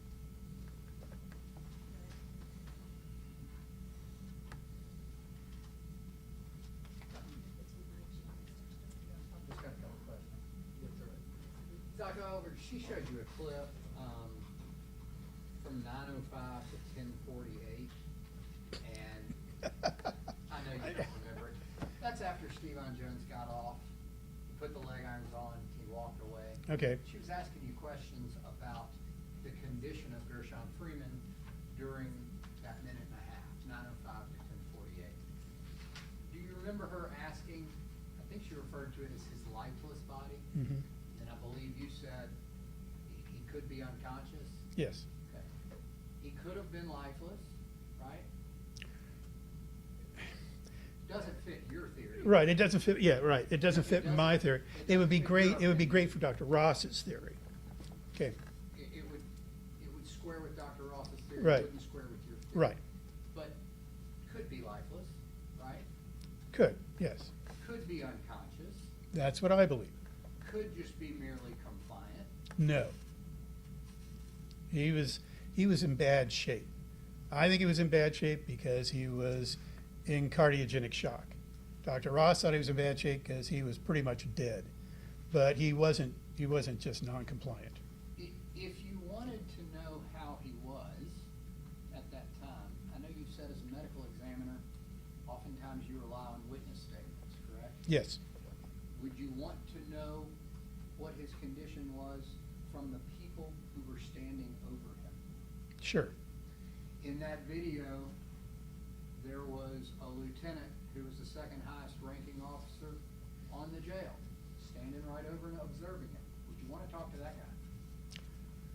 It wouldn't hurt. It wouldn't change my diagnosis, so. Wouldn't change your diagnosis. Right, but- because you're asking me about what's going on between second something and second something in a video. For my diagnosis, I don't care what's going on between this second and that second in a video. For purposes of Ms. Fraser's question. Yeah. Would it help to ask the people that were actually standing over Gershon? Sure. There were at least 4 officers that were around Gershon Freeman during that time period. Would you want to hear from them regarding Gershon Freeman's condition?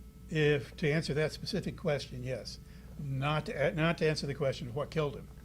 Because if your opinion is correct, Right, and it's consistent with the autopsy and all the evidence in this case, Right. correct?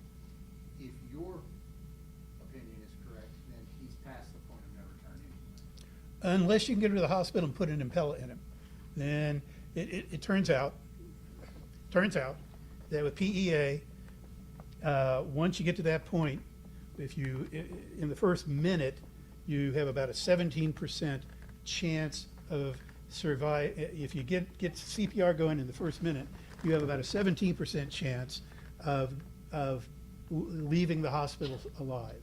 For every minute after that, it goes down about 2%. So at 1 minute, you're at 17. 2 minutes, you're at 15. 3 minutes, you're at 12. And I'm not going to do the math in my head. So you want to get him to the hospital, okay? And now I forgot why I said that. I'm sorry. What was your question? I kind of did too. Okay, I'm sorry. But I'm out of questions. okay, I'm sorry. Do you have any questions? Mr. Judge, I'll wait till after this speaks. Okay. So, okay, do you have any redirect? Yes, very good. All right.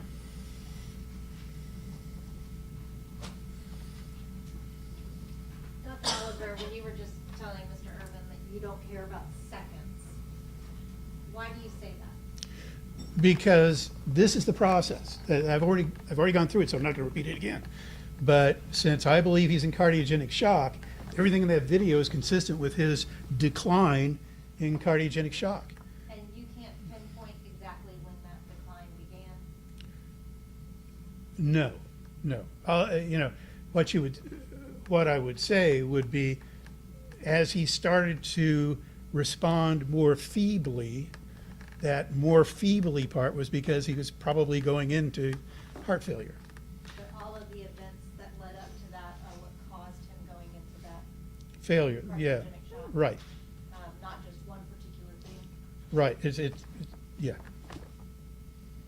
Uh,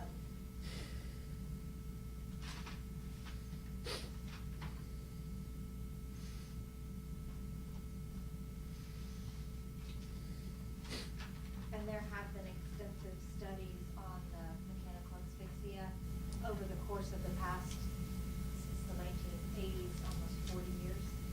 Yes, And the current studies reflect, or are they? Judge, I don't think there's flavor points, but on redirect, you can only cover what we covered on. And if, You stick to that. yes, Your Honor, if we can approach, I can explain where. Come right on it.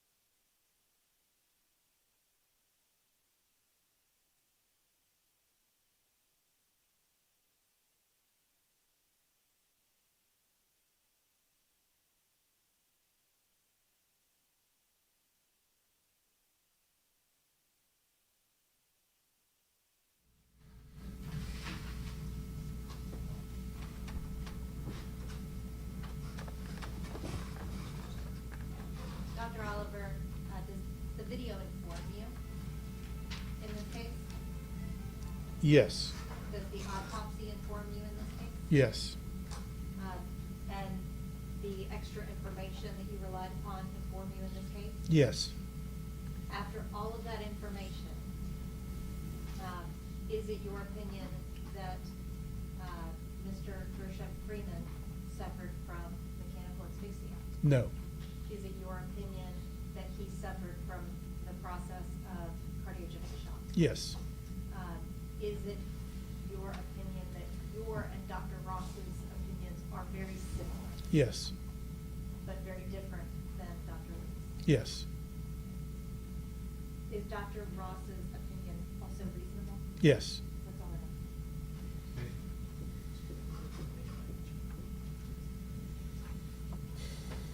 No more questions, Your Honor. Mr. Irvin. No more, Your Honor. All right, thanks, if you sit there just for a second. Ladies and gentlemen, we're gonna break for lunch, don't discuss the case yourselves or anybody else again, and we'll be back with you. I'm gonna give y'all, let's say 45 minutes for lunch, if y'all need more time, you can, other than that, we're gonna try to help get these witnesses on for the day. Thank y'all very much.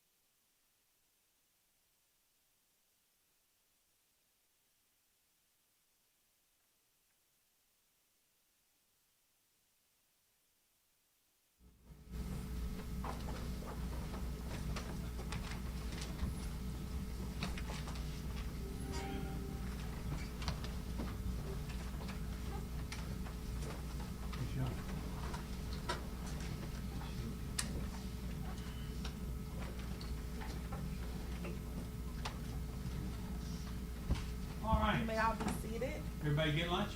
Yes. Okay. State, let me call you next week. Your Honor, the state's next witness is Michaela Armstrong. Michaela Armstrong, please.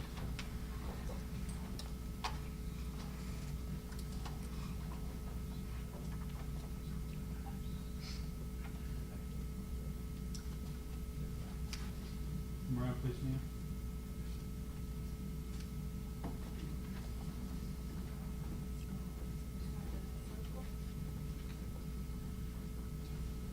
Ma'am, do you solemnly swear or affirm to tell the truth, whole truth, nothing but the truth, so help you God? Have a seat, please.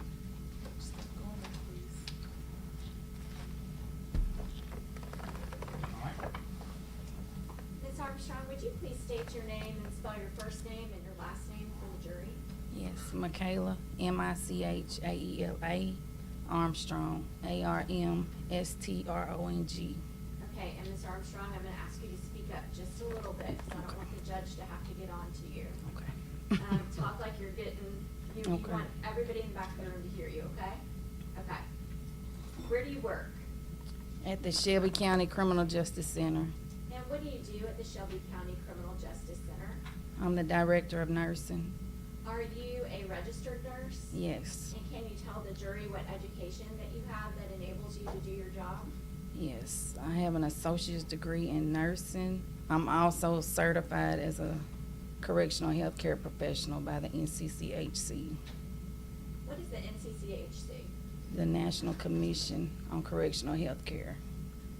I want to call your attention to October 5th of 2022. Were you working at the Shelby County Sheriff's Office that day? Yes, What was your job on that day? I was the CQI coordinator. Can you tell the jury what a CQI coordinator does?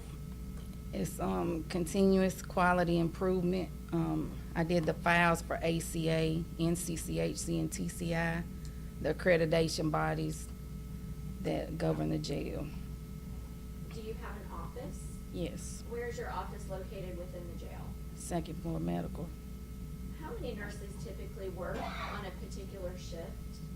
like 12 to 15. And are there other medically trained people who work at the Shelby County Sheriff's Office in addition to RNs and LPNs? Yes, we have medical assistants. Okay, so I just called you an RN. Is that a registered nurse? Yes, And I just said LPN. What is that? a licensed practical nurse. Are there nurses that are assigned to particular floors of the jail? Yes, What is the reason for having medical staff at the jail? because the inmates have the right to medical care. And what types of ailments are you all typically treating? Everything from chronic care issues to acute care, injuries sustained in fights, multiple things. Are you aware that the Shelby County Sheriff's Office uses chemical agent or pepper spray as part of their use of force policy? Yes, And do you assist correctional officers and inmates who have been sprayed? yes, they're medically cleared before going back to housing. Okay, can you tell the jury what that means to be medically cleared? We offer the inmates the eye wash station and assess them, their vitals and respiratory status before they go back to housing. What happens at an eye station? It's just water that comes up. You can put both your eyes in, and it rinses the crystals from the spray. At the Shelby County Sheriff's Office, approximately how often are people sprayed with chemical agent? Yes.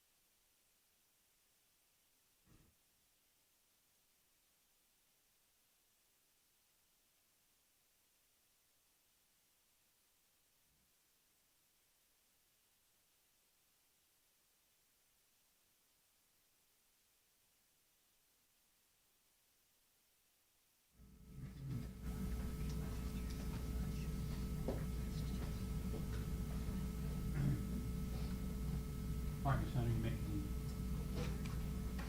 Approximately how often are people sprayed with chemical agent at the Shelby County Sheriff's Office? It's a lot. Okay, a lot. It could be daily, sometimes there's nothing during the day, sometimes it's multiple occurrences, it just depends. Okay. What, just on average, how many times in a week, are people sprayed with chemical spray, or a day? If you could just give us an idea of a typical This would day just or be week. an estimate, because I don't have an exact Of course. number, maybe 5 to 10, 5 to 10 in a day? yeah. Okay. And can you tell, are you familiar with the term code blue? Yes. Can you tell the jury what a code blue is? A code blue is usually an inmate altercation or inmate officer altercation. Now I want to call your attention to October 5th of 2022. Were you aware that a code blue had been called?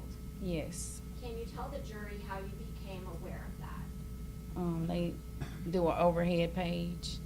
And is that, like, everybody within the jail can hear that? Mhm. Okay. And you need to say yes or no Yep. instead of Okay, yes.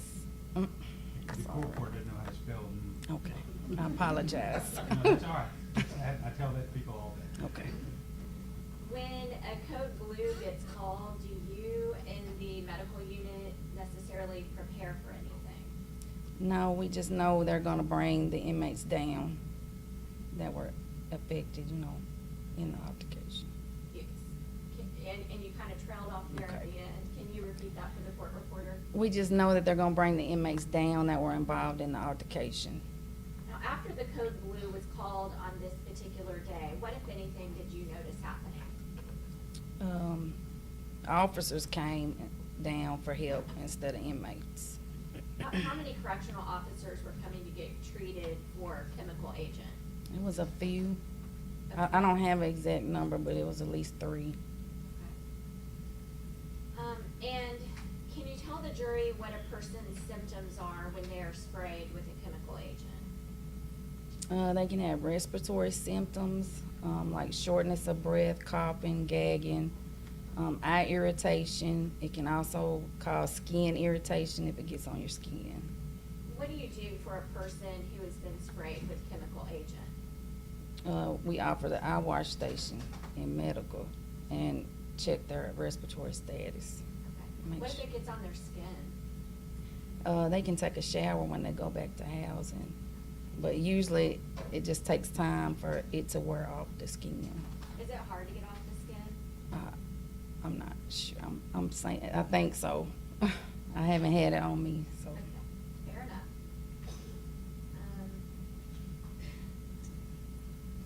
What is a code white? A code white is a medical emergency. What happens when a code white is called? It's an overhead page sent out that tells you where it's located in the jail. Same thing as the code blue? Yes. Except for it says code white. Yes. Was a code white called on this particular day? Yes. How did you know that the code white had been called? I heard it on the overhead page. What was the response of the medical team once the code white was called? We got the medical ER bag and went to the 5th floor. What floor was the code white on? 5. And is there a nurse that's actually stationed on the 5th floor? No, not on that particular day. Why?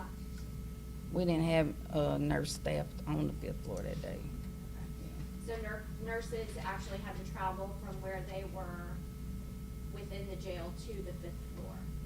Yes, we always travel from the 2nd floor to wherever it is in the jail. Yeah. About how many nurses responded?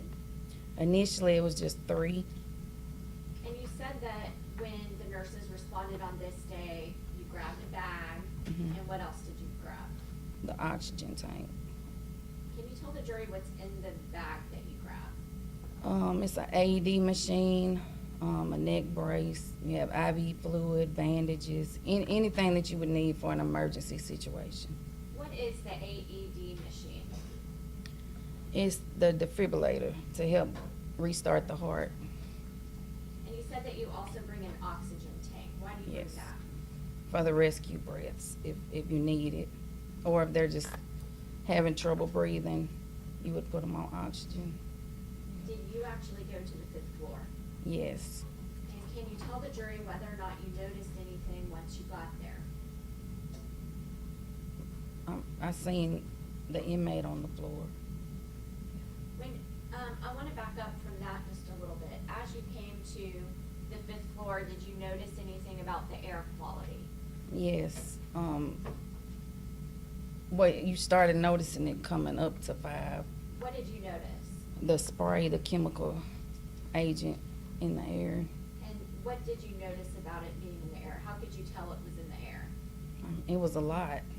Most of us were having trouble breathing. Did that include you? Mm-hmm. Okay, is that a yes or no? Yes, I'm sorry. That's all right. When you breathed it in, how did it make you feel? Sick. Can you tell the jury what you mean by that? Well, I was just having trouble breathing, period. I was coughing, trying not to throw up. There were people around me throwing up.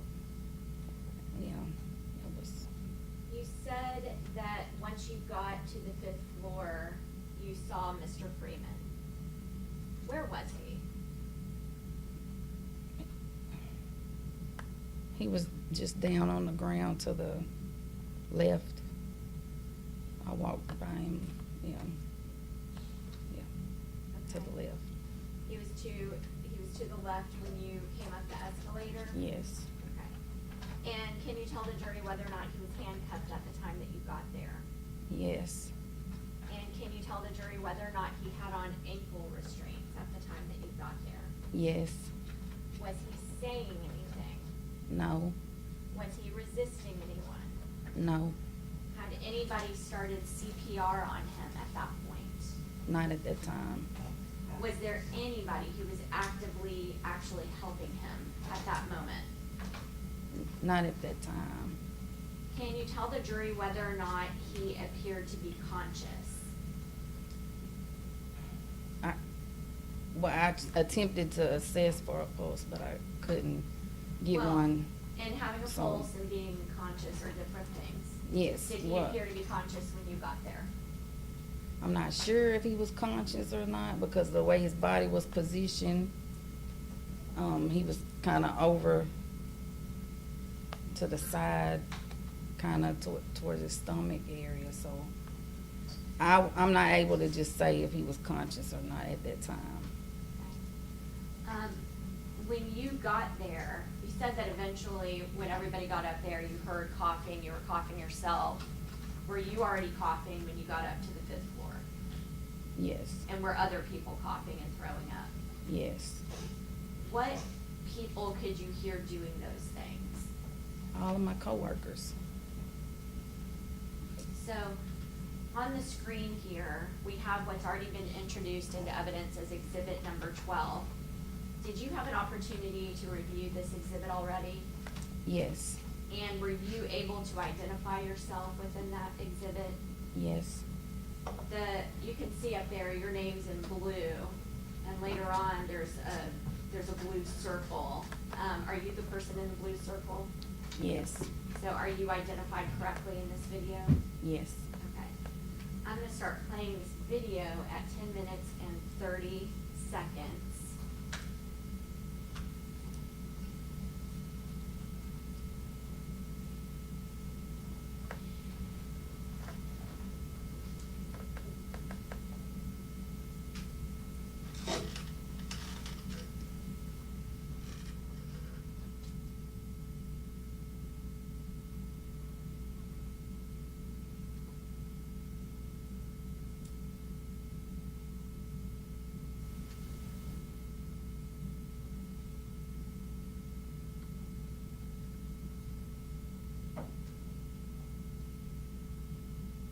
You're medically trained. Does he appear to be conscious to you?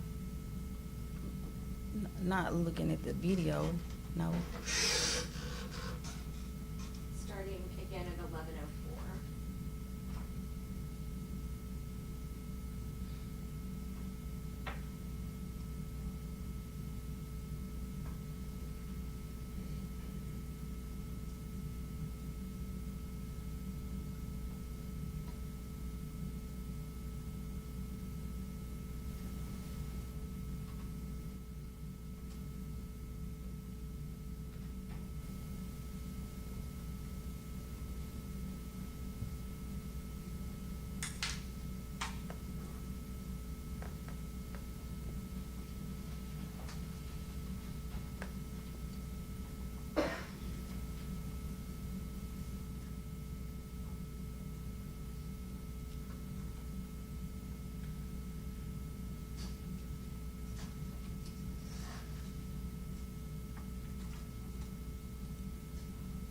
pause here at 12:01.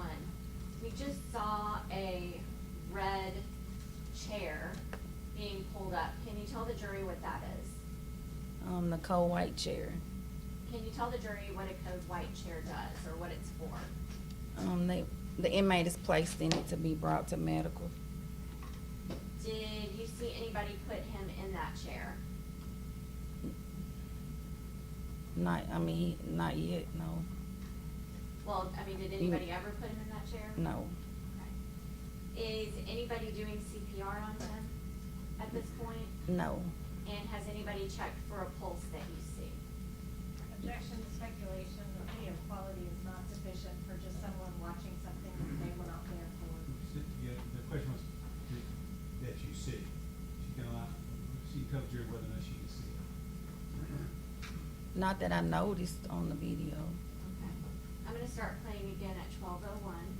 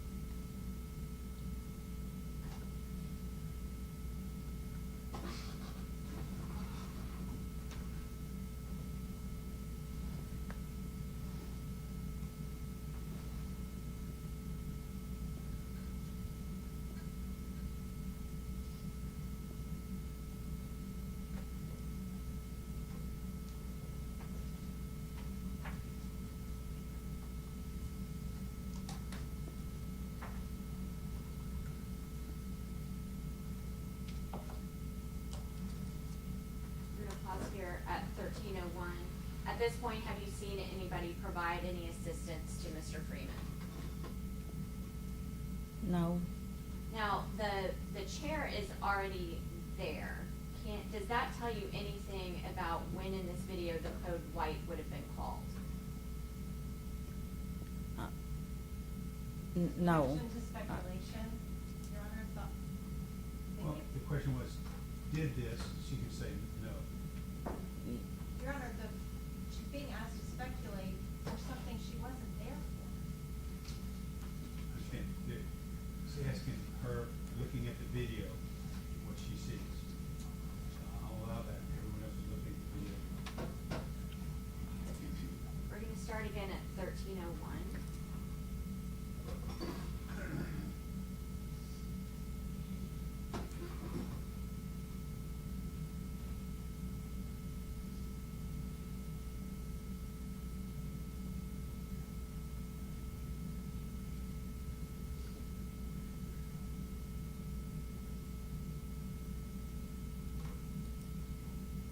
Pause here at 13:22. We see another machine kind of being rolled up. Can you tell the jury what that is? That's the ER bag. And what all is in that bag? The AED machine and medical equipment that we would need for an emergency. We're gonna start playing again at 13:22.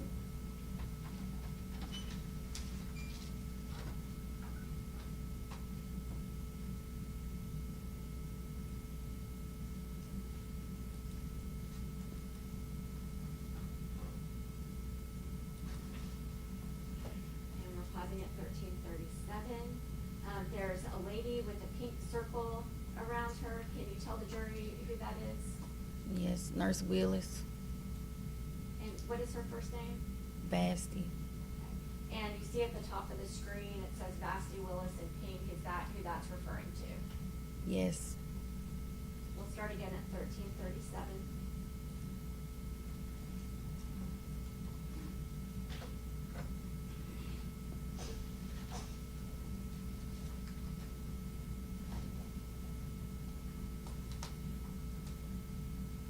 And I'm pausing at 13:50. Now we see somebody in blue. Can you tell the jury who that is? Me.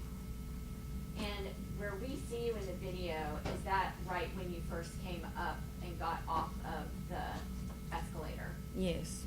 We're starting again at 13:50.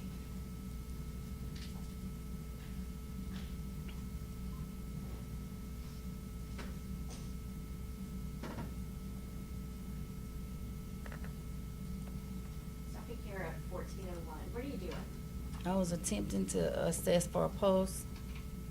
And were you able to get a pulse? I was not able to keep my fingers on his neck long enough Can you tell the jury why? because I couldn't breathe. And so how were you feeling in that moment when you leaned over to try to get a pulse? I felt sick. I could not breathe. So as a result of that, what did you do? I went to the door where the outside gym was. Okay, tell the jury about that. There were multiple people out there Okay. throwing up, And what- coughing. So you walked out there and you saw other people out there as well? Yes, People who were reacting to the chemical agent? yes. And were those all correctional officers? And there was another nurse with me. Okay, a nurse, and then the rest of the people you saw out there were correctional officers? Yes, to my. About how many approximately? We're not gonna hold you to it. I don't know. More than I- 5 or less than 5? Maybe 5. About 5? We're gonna start again at 14:01.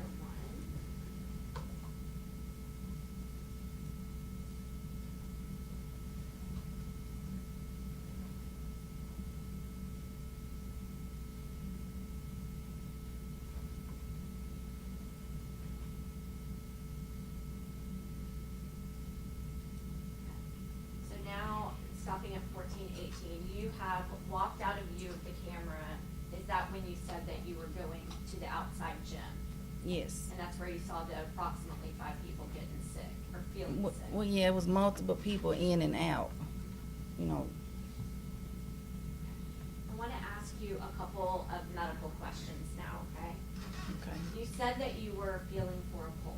Why were you doing that? To see if he had one, because it was hard to tell if he was breathing or conscious at the time because of how his body was positioned.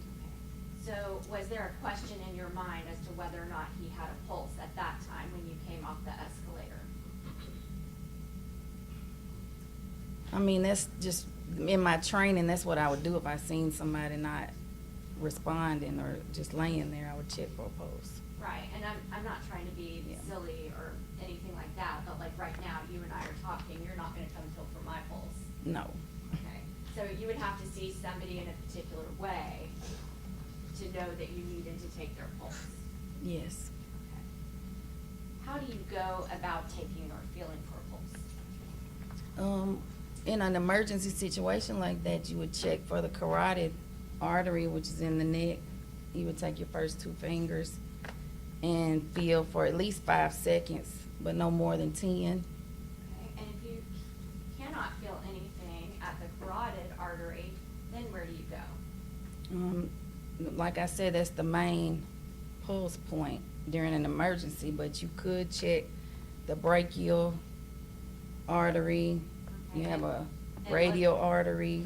Let's You- slow down for just a Okay. second. So you said the brachial artery, and Yeah, you there's indicated different. on like the other side of your elbow, Mhm. okay? And then, Yes, then you also indicated at your wrist. What is that Yes. one called? that's the radial pulse. Okay. You have a femoral pulse, which is in between your legs, up in the crease. You have one behind your knee, popliteal pulse. You have a one on the top of your foot you could feel for. But the main go-to would be the neck. That's where you're gonna feel for the pulse. Why is that the first place that you feel for a pulse? It's usually the strongest one if you have a pulse to be able to feel. It's the easiest to access too. Strongest and easiest to access. Mhm. If someone has a pulse, how long does it take you to detect a pulse? 5 to 10 seconds. And if somebody is checking for a pulse and it takes a long time, what does that mean to you? It may be weak, you know. Or they don't have a pulse, either way. What is CPR? Cardiopulmonary resuscitation. How do you do CPR generally? compressions to the chest with rescue breaths. Do you ever do CPR on a person where a pulse is detected? No, Why? it's not needed.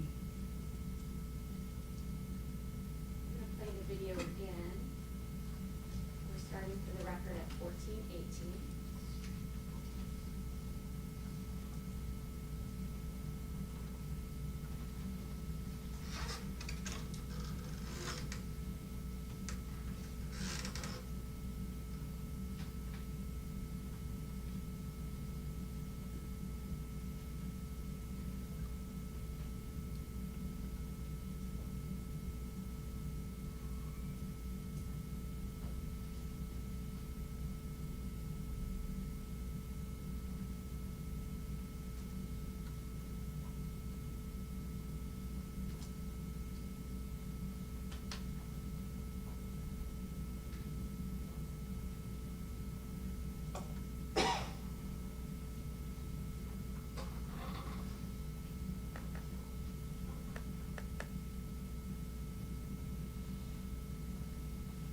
Do you know, and if you don't know, that's okay, do you know why they're not putting him in the medical chair?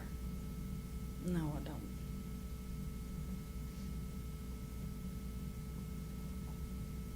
Would you put a dead person in the medical chair? No,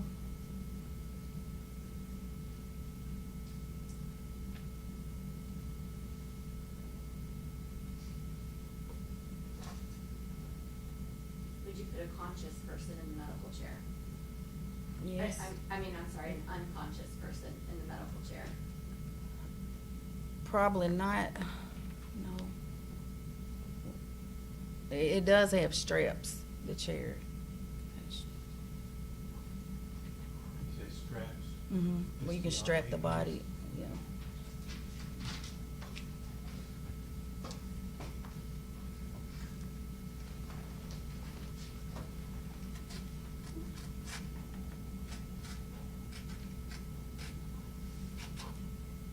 So we can see, I'm stopping at 1619, we can see another nurse to the right of Miss Willis.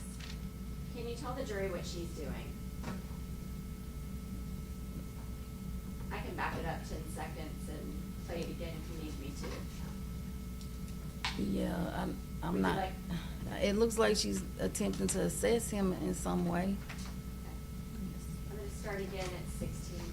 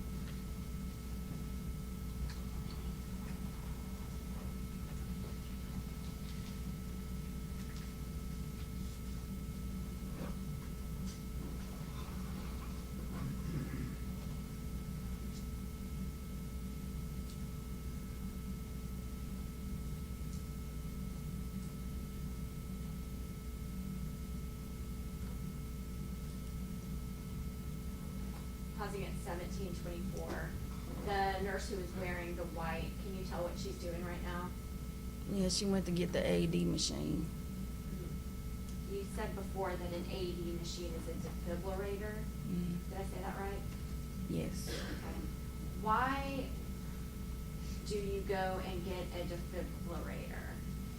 If you feel the patient, does not have a heartbeat. I'm starting again at Would you all 1720. push the dates just a second, please?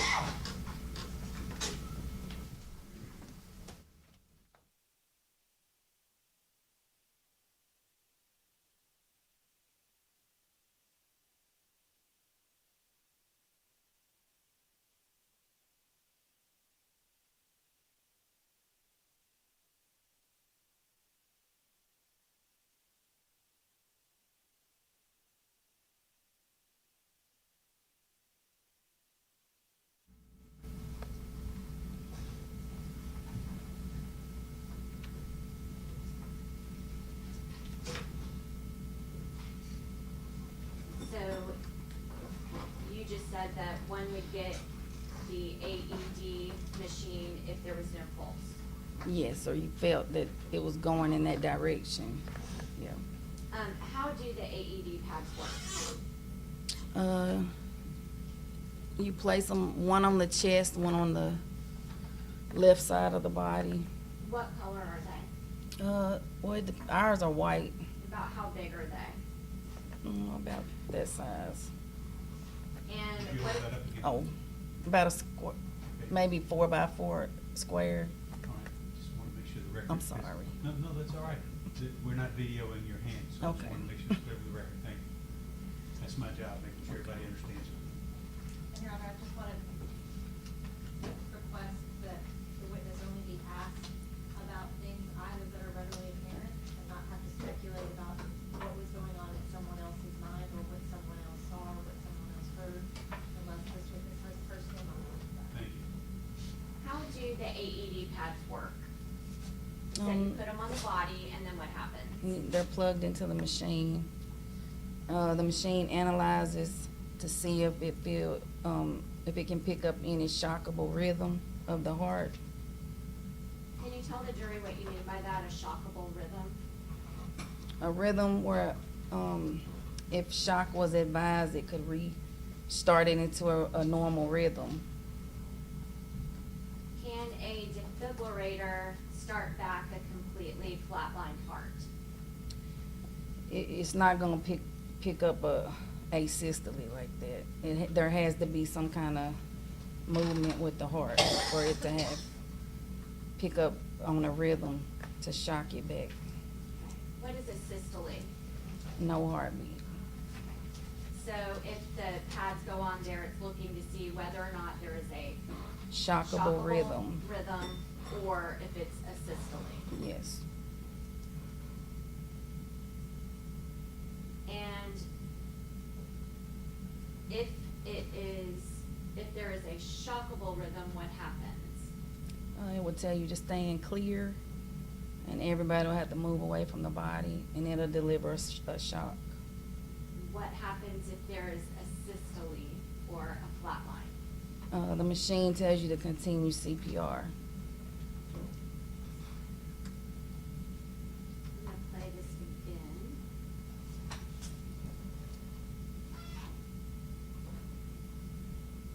For the record, it was started at 17:24.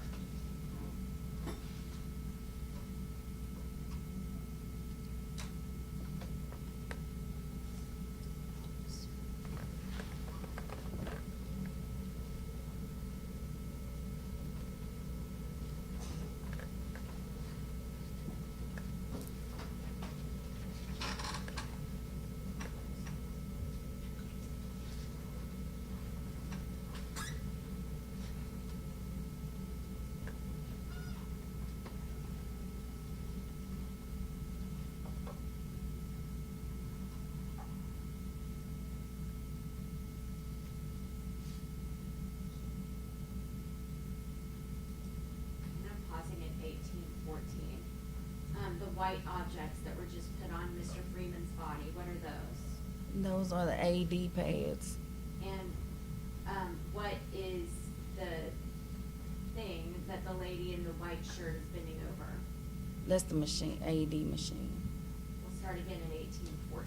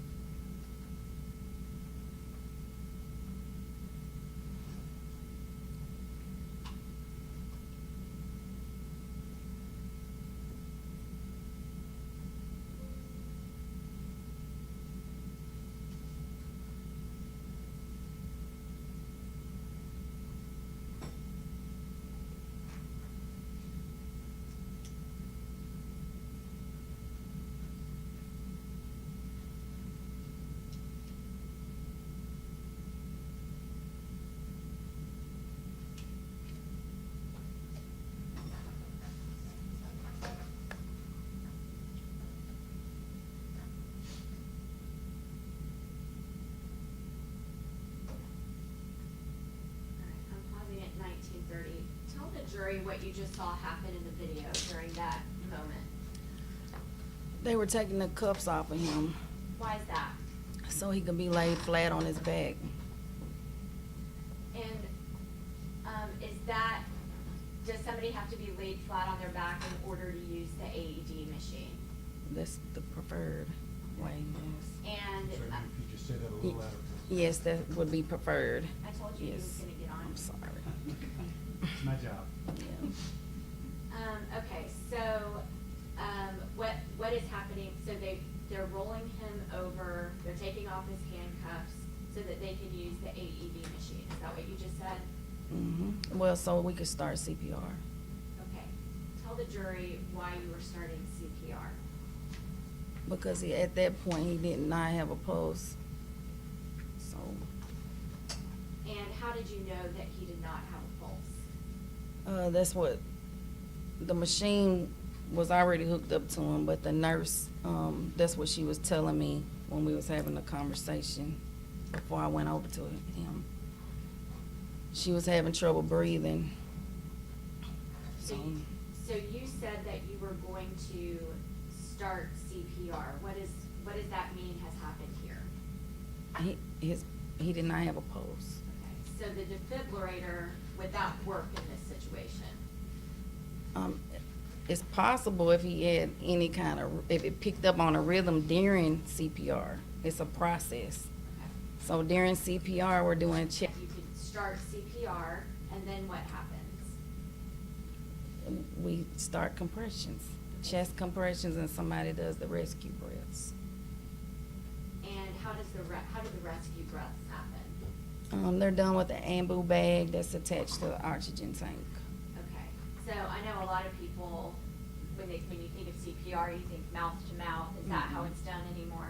No. Okay, so there's a, Well, we have medical device. equipment in the building that we use. Okay, so a device goes over the mouth, and Yes. one person is doing compressions. What do the compressions look like? They're We'll see it in a hard and, minute. yeah. Okay, so you start CPR by one person is doing the breath and one person is doing compressions, and how long do you do that? For 2 minutes. It's a 2-minute cycle. And then after 2 minutes, what happens? The machine reanalyzes for a heart rate, a heart rhythm. Okay, and you were saying before that sometimes it'll pick one up, sometimes it won't. Yes. Okay, what happens if it doesn't pick one up? And the patient does not have a heartbeat. Okay, and then what's the next action that you're supposed to take? We're gonna continue CPR until EMS arrives. How long are you gonna do CPR until the next indication? In the jail facility, we continue CPR until EMS arrives. Okay, and I think I'm asking you the question in a bad way. Or until he regains a heartbeat. Well, And we still would monitor until EMS gets on the scene. are the pads on the entire time that y'all are doing CPR? Yes. And so at the end of the first 2 minutes, it'll either tell you to keep doing CPR, or it'll tell you to do a shock. Is that right? It does it itself, yeah. It does the shock itself, Mhm. okay. And then after that, if it tells you to keep doing CPR, do you start doing CPR again? And then how long do you keep doing CPR until you get how long does it take to get another indication from the machine? Every 2 minutes. Every 2 Every 2 minutes. That's what I It was- analyzes, it analyzes for a heart rhythm, a shockable rhythm. And did you actually participate, and we'll play the video in just a second, did you actually participate in assisting Mr. Freeman with CPR? Yes. And did the machine ever indicate for you to stop doing CPR? No. In other words, did the machine ever indicate whether or not he regained a pulse? No. Did he ever regain a pulse? No. Y'all put your please for a second, please.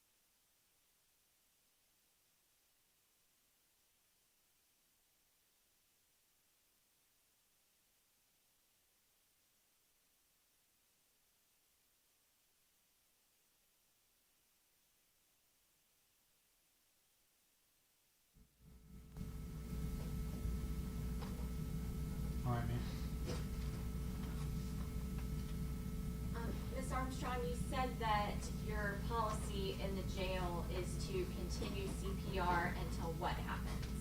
EMS arrives. Okay. And,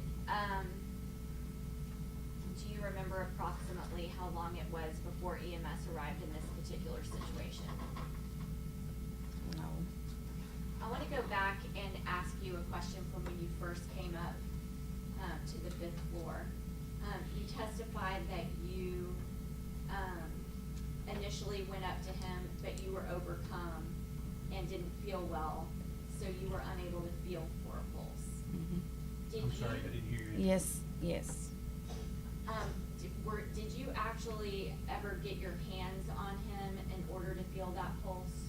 No, not at that time, no. Okay. And by the time you came back, were they already doing the AED situation? Yes. Okay, so did you personally ever actually feel for a pulse for Mr. Freeman? When I initially got up there, Okay. I And- felt for a pulse, but I could not tell whether he had one. I couldn't leave my fingers in place long enough. Okay, so you tried, you couldn't Yeah. feel it, you kinda gave up because you started feeling sick. Well, the scene has to be safe in order for us to work on a patient. That's first, when you start CPR. Alright. Can you look at someone and tell whether or not they were breathing? Yes, you can assess for rise and fall of the chest. Did you ever, from the time that you got up there until the time you started, giving him CPR, did you ever see him take a breath? No, I didn't see it, no, Did you ever see his chest go up and down? no.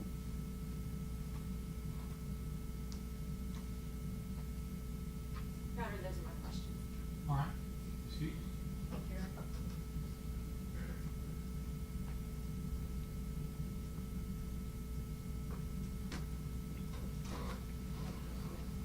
Ms. Armstrong, you indicated,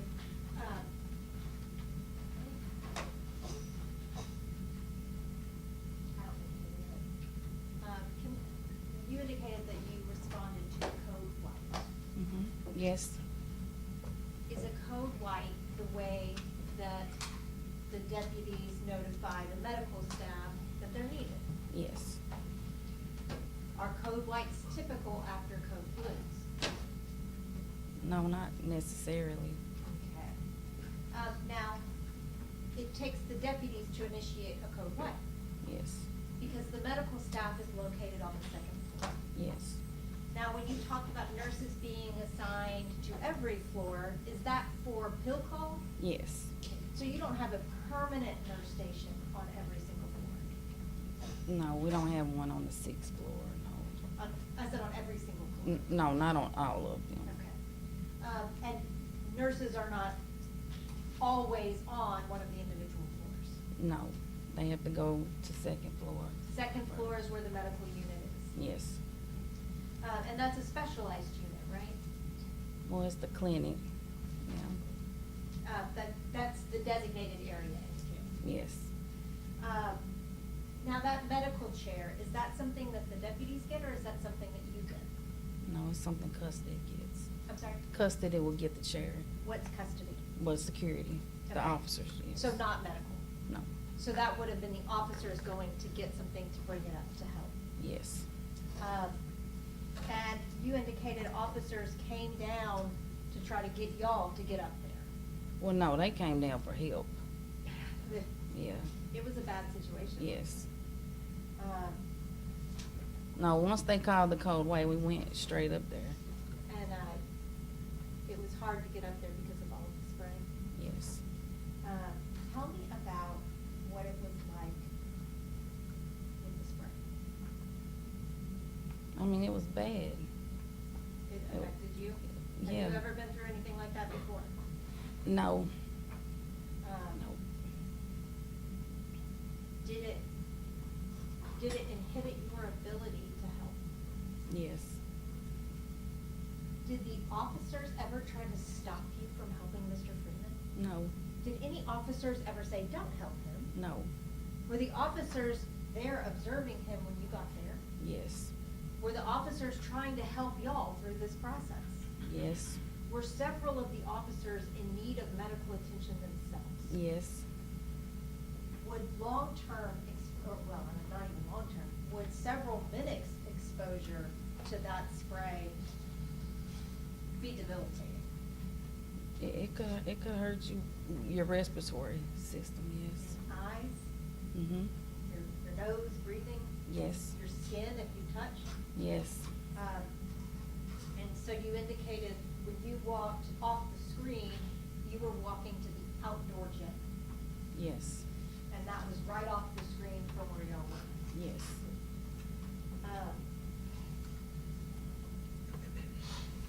You indicated on direct you didn't know whether or not he was unconscious when you arrived. Yes, He may have been conscious, he could have been, he may have been unconscious. possibly. Were you trying not to help Mr. Freeman? No, Would you ever do that? no, As a nurse, do you come to work to not help people? no. This was a really bad situation, right? It was.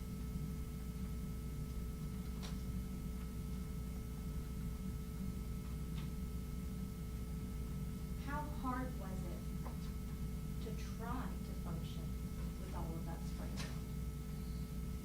It was hard. In general, is it easy to be a nurse? No, it's a difficult job at times. Is it easy to be a nurse in the jail? No, You talked about, the area has to be secure. Are there different considerations when you are providing healthcare in the jail? yes. Tell me about that.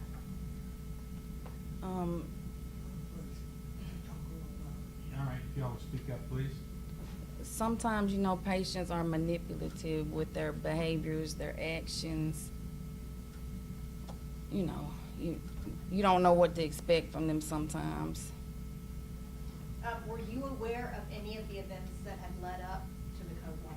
No, But you indicated you had officers coming to you to try to get some medical help as well? yes, The emergency bag and the oxygen, are those things that you always bring to a code white? yes, So that you're prepared for any situation? yes, If, there were 3 nurses there with Mr. Freeman, right? mm-hmm, Yes. yes, And we know that you and Nurse Willis both checked for his pulse, right? yes, Do you believe, would you have ever given anyone inaccurate information about whether there was a pulse? no, Do you know Basti Willis? yes, Do you trust Basti Willis as a nurse? yes, Do you think she would ever tell someone something that wasn't true about the state of the patient? no,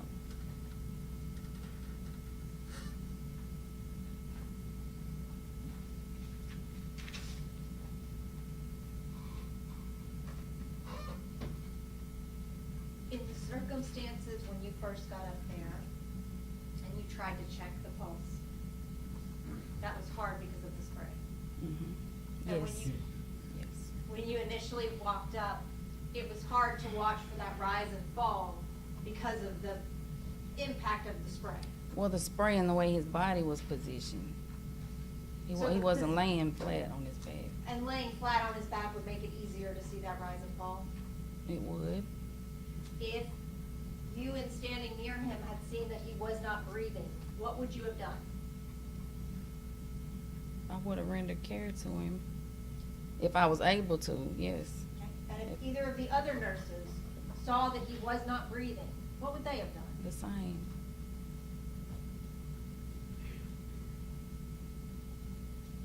If the nurses had detected a weak pulse, would you have started CPR on someone with a pulse? Not with the pulse, no. You indicated that you would get the AED device out when Ms. Hunter asked you. You said you would get that out if you felt like there was no pulse or if going in that direction. Yes. Right? Which- And if someone's pulse is weak, Would you have concern that they were going in that direction? Yes, When medical staff arrives, you are the ones that are supposed to take over medical care, right? yes.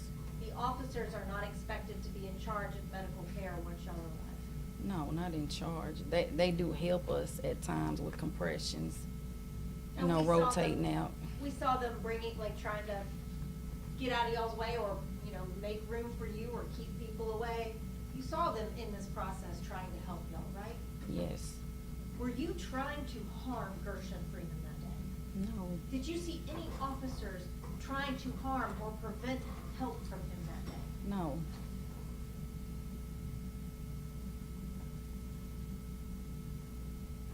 You talked about people being sprayed in the jail.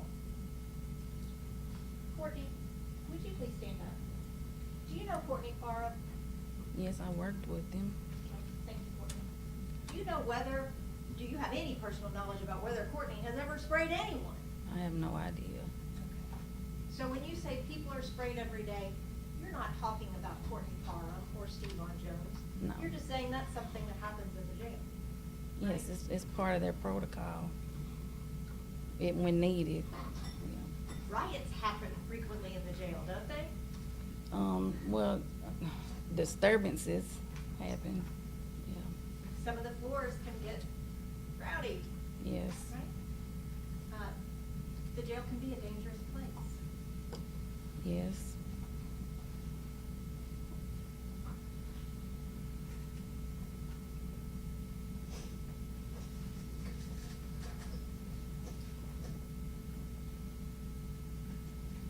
When Ms. Hunter was asking you about whether Mr. Freeman was conscious or unconscious or breathing or not breathing, can you tell from that video? Or is that just too grainy to really determine anything? Well, no, not just from looking at the video, no. You wouldn't be able to tell. It's not, the picture's not clear enough. May I have one moment, Your Honor? Yes.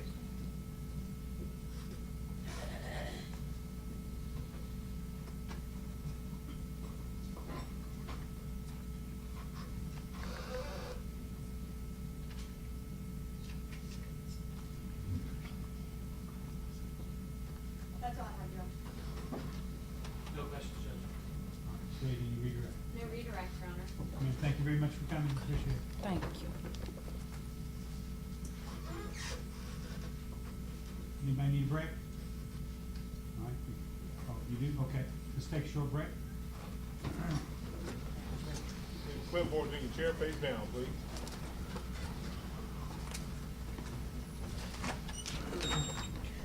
Yeah, it's your break and not mine.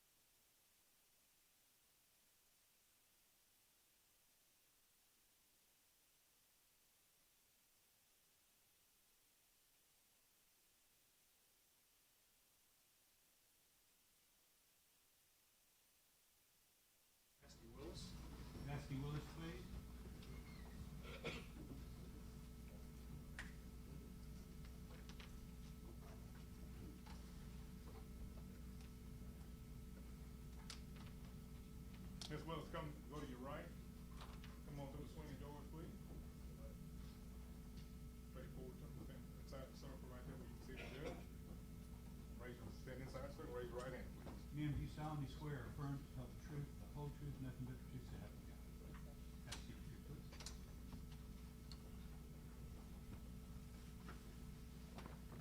All right. Good afternoon, Ms. Will. Good afternoon. Would you please state your name and spell your first name and your last name for the court reporter? It is Vasti Willis, VASTIWILLIS. Ms. Willis, what do you do for a living? I'm a nurse. How long have you been a nurse? 26 years. Are you an RN or an LPN? Registered nurse. Ma'am, you're gonna have to speak up so everybody can hear. Registered nurse. There's no law against speaking really loud, okay? Okay. Thank you. And where do you work, ma'am? Currently, Yes, ma'am. Lakeside Health Lakeside. System. Behavioral health systems. Back in October of '22, where did you work? I work for WellPath here at 201. At 201, you mean 201 Poplar? Yes. Here in Memphis, Shelby County, Yes, Tennessee. sir.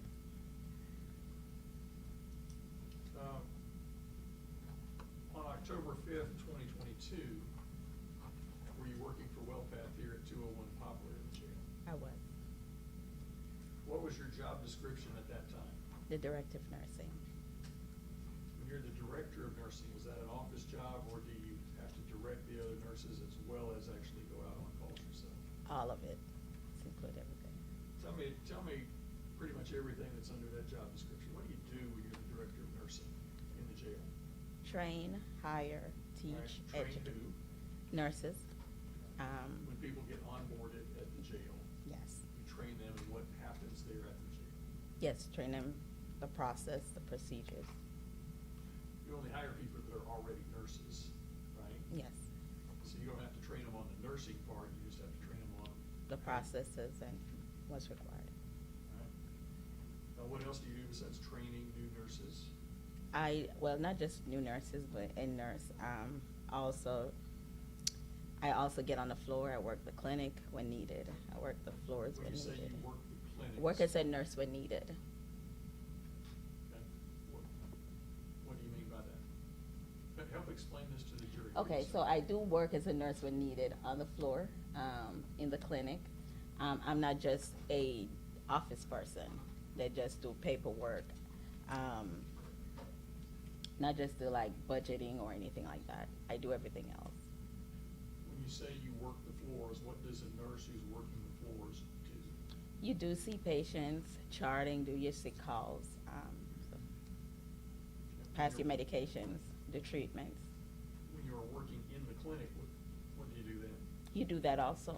You do wound care. When a patient is brought down to see the doctor, you do see them also. Okay. Do you know what a code white is? Yes. What is a code white? It is a medical emergency. And what is the proper response when someone puts out a code white in the Shelby County Jail? So when the officers call or whoever calls for a code white, then the medical team responds. And when you say the medical team responds, can you tell us a little bit more? What does that entail? It entails the nurses, medical assistants, nurse practitioner, or the doctor that's there. And what do they do? We go to the scene, assess the scene, and treat a patient. If, when you arrive at a scene, you find someone, whether it's a guard or an inmate, who is apparently unconscious or worse, what's the first thing that you do? So if they're unconscious, you gotta really check to make sure they're breathing or they have a pulse. That's the first thing. Right? When do you take the pulse? Immediately after getting there. If you're calling their name and they're not responding, you do check a pulse. Right? And tell me what you do as you go about, how do you take the pulse?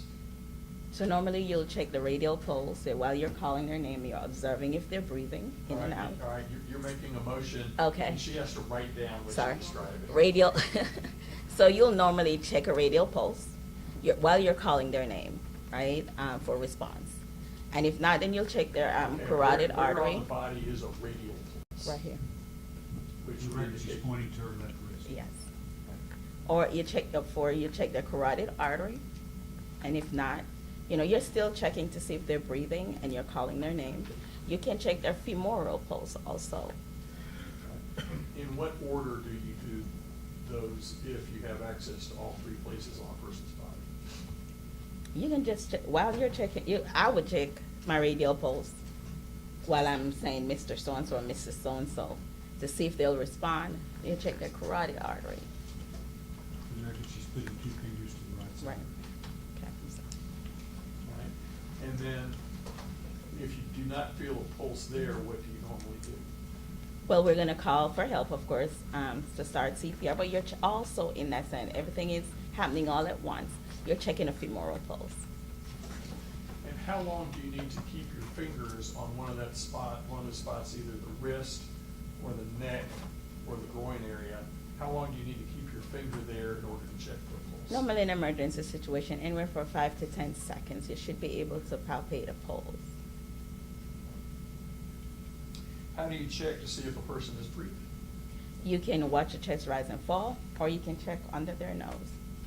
Okay, when you say check under their nose, you made a motion for the record of putting the finger. You can put your finger to check to see if you feel air coming out, or you can put your head to feel air coming out, or you can watch it, well, most likely watch a chest rise and fall. All right. On October 5th, 2022, did you respond to a code white coming from the 5th floor? I did, And did you go to the 5th floor in response to that call? I did. All right. I'm gonna ask you just to step down to the corner, and we're gonna play this video for you straight through. We're not gonna stop part ways. I'm just gonna ask you to watch it, and then I'll have a few questions for you. You can watch it up there, or you can watch it down below. Same thing. Right here. And just tell me when you first see yourself.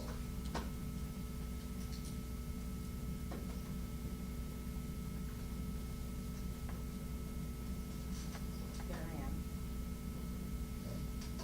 And do you have a purple halo on there? I have the purple jacket suit on, scrub set on. The circle that comes around your head? Yes, that's it. That's you. Right. Who is the person with the light blue halo? This one right here, Yes. Michaela? And that's Michaela Armstrong? Yes.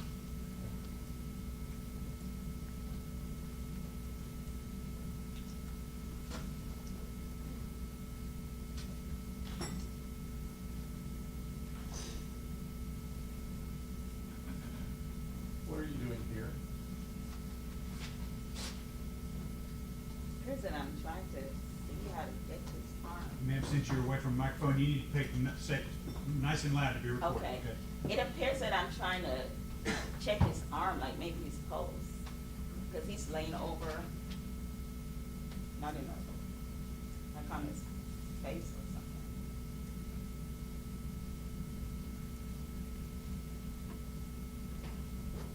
I will not ask any more questions until we get through with this, so if you just watch the video.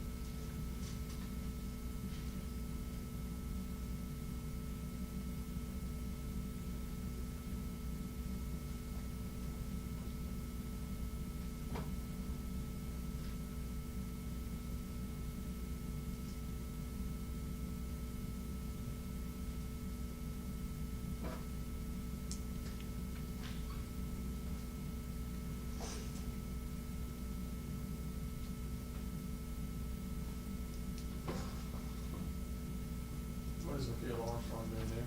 She's starting CPR.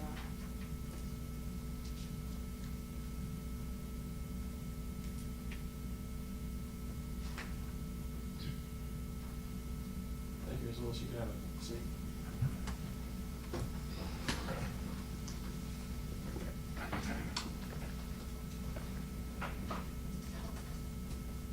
When on the video you saw yourself several times bending over and touching Mr. Freeman, what were you doing?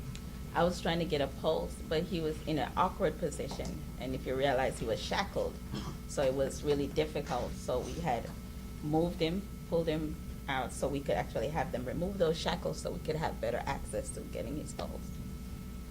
Is it, do you know exactly how many times you checked him for a pulse before the shackles were taken off?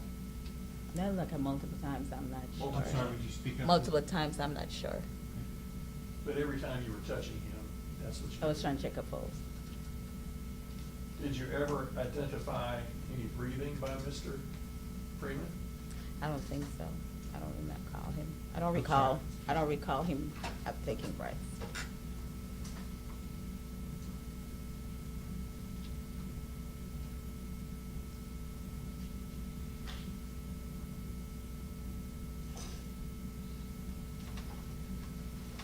Other than taking a pulse, putting on the AED pads, or participating in the CPR, was there any other reason for you to be touching Mr. Freeman? I'll have to speak up. No, no other reason. Now, at some point, the nurse in white goes and gets an AED, correct? Yeah, well, the nurse came with the AED.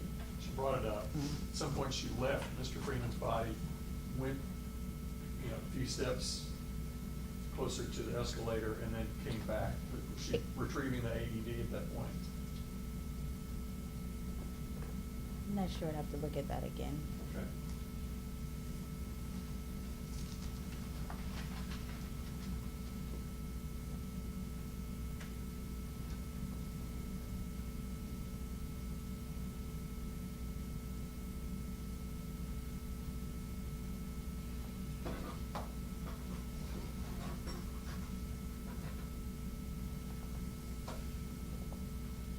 Keep going forward.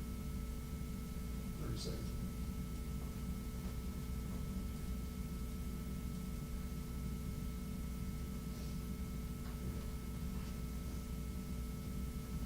You see the nurse, the white top on? Yes. She's on, I think she's doing the AED. She's. I'm sorry, they have to hear you. I think she's opening up the AED bag. Sorry. It's okay.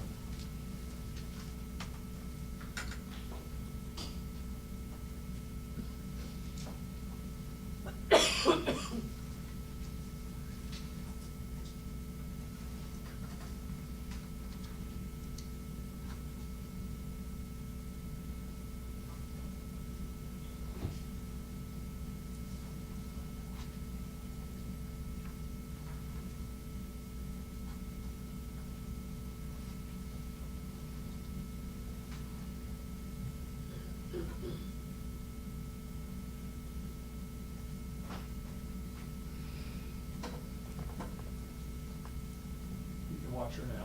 Okay.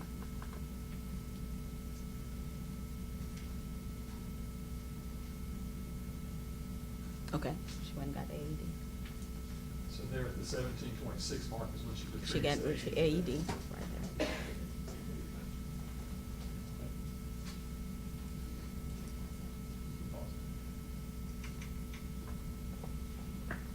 Now, at that point, you're both going to put one of the pads on each.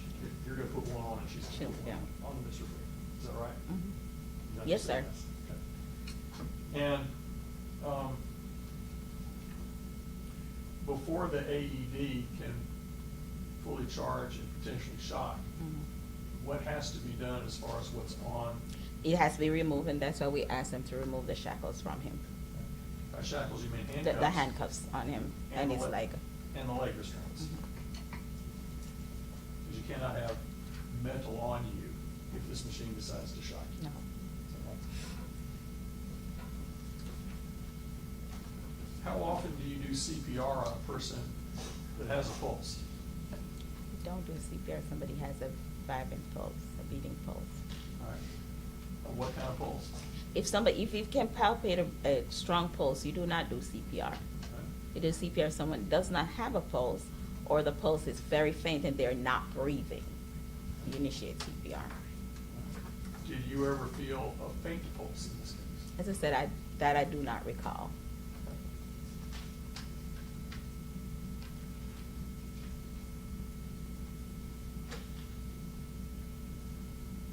Once the machine runs its first test,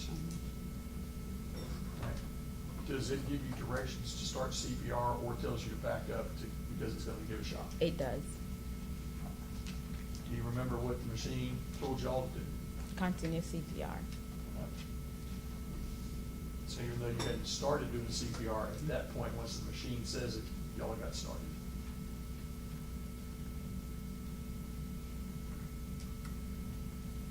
When viewers of this video see you start doing CPR, what can we assume, what do we know as far as whether or not Mr. Freeman had a pulse?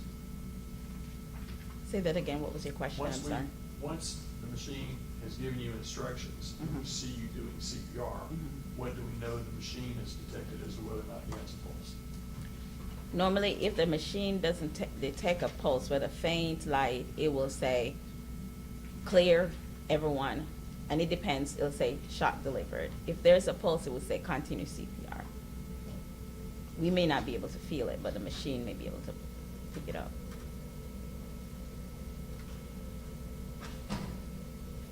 From the time that you arrived on this scene, do you remember Mr. Freeman ever talking to anyone? No. Do you remember him making any mumbling sounds? No.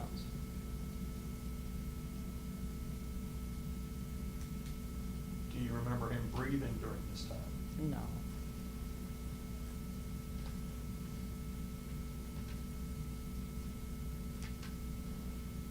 You've already said that you never felt a pulse during this time. You already said you never felt a pulse. I don't recall feeling a pulse. If Mr. Freeman had actually been responsive and talking, was there some equipment that had been brought up that you would have taken Mr. Freeman to, and then used that to take him down to the If he nurse's was station? talking and breathing and he could tell us what's going on, where it's hurting, he's responsive, we could put him in a chair or on a stretcher and we could take him down to the clinic. If he was not talking, but he was breathing and had a heartbeat, what would you have him If do? he's unresponsive. I mean, first we're gonna try to stimulate him to get him to speak, because he's breathing. If not, we're still calling 911. Right. But if he's breathing and if he's got a pulse, but he's not talking to you, what do you do with him? at that We point? transport him. If You he's knowing, transport. What would cause you to leave him either on his side or his back and just wait for the ambulance to come? we're not gonna leave him, we're gonna be there with him at all times till EMS comes. But, I didn't mean leave him alone, but keep him at that location as opposed to transporting him down to the clinic. We're not gonna leave him if he's not breathing, and we're gonna get in action and start CPR, or if he doesn't have a pulse. Now, if he's injured, like his head or anything, we're not moving him, because you need someone to come that have more expertise in transporting somebody that's hurt or So injured. we've got a level where you're gonna transport him. Okay. And then there's this other level that's slightly more serious condition where you would leave him in that place and wait for the ambulance to come, is that right? Mm-hmm. And then the third level, somebody who is not breathing and does not have a pulse, requires you to do what? Start CPR, stay right there with him until EMS comes. In this case, which of those three options did you see yourself do? We didn't take him anywhere, we stay right there with him until EMS comes. And you did what? We started CPR, we try to revive him. All right. How long did you do the CPR? I don't know how long they did, I'm not sure how long I'm sorry, they, you speak I'm up not again. sure how long the CPR lasted for. All right.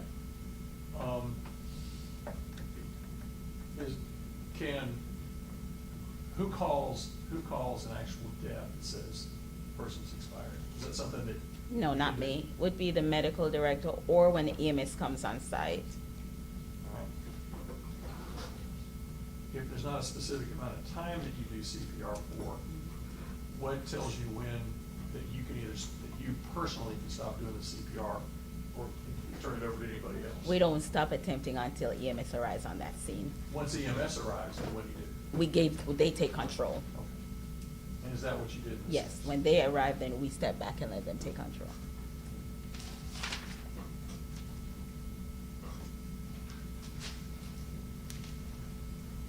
One second, Jeff, please. Yes.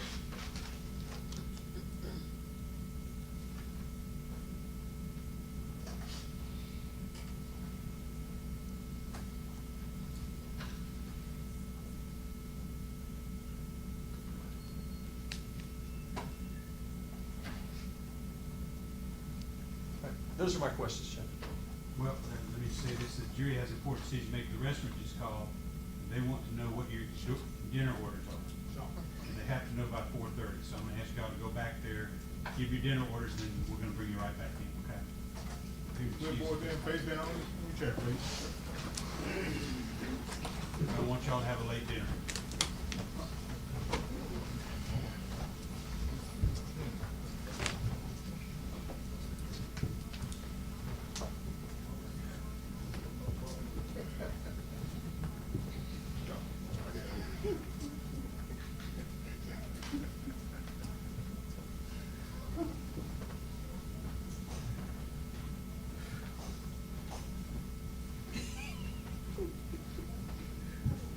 Jerry, Deputy Shaw. Take recess, please. Court stands on a brief recess. Should take but a couple of minutes. As we'll stay in the courtroom, because hopefully that'll be fairly quick. Thank you very much. Oh, okay. You need a bottle of water. No, I'm good, thank you. Yes. Of course.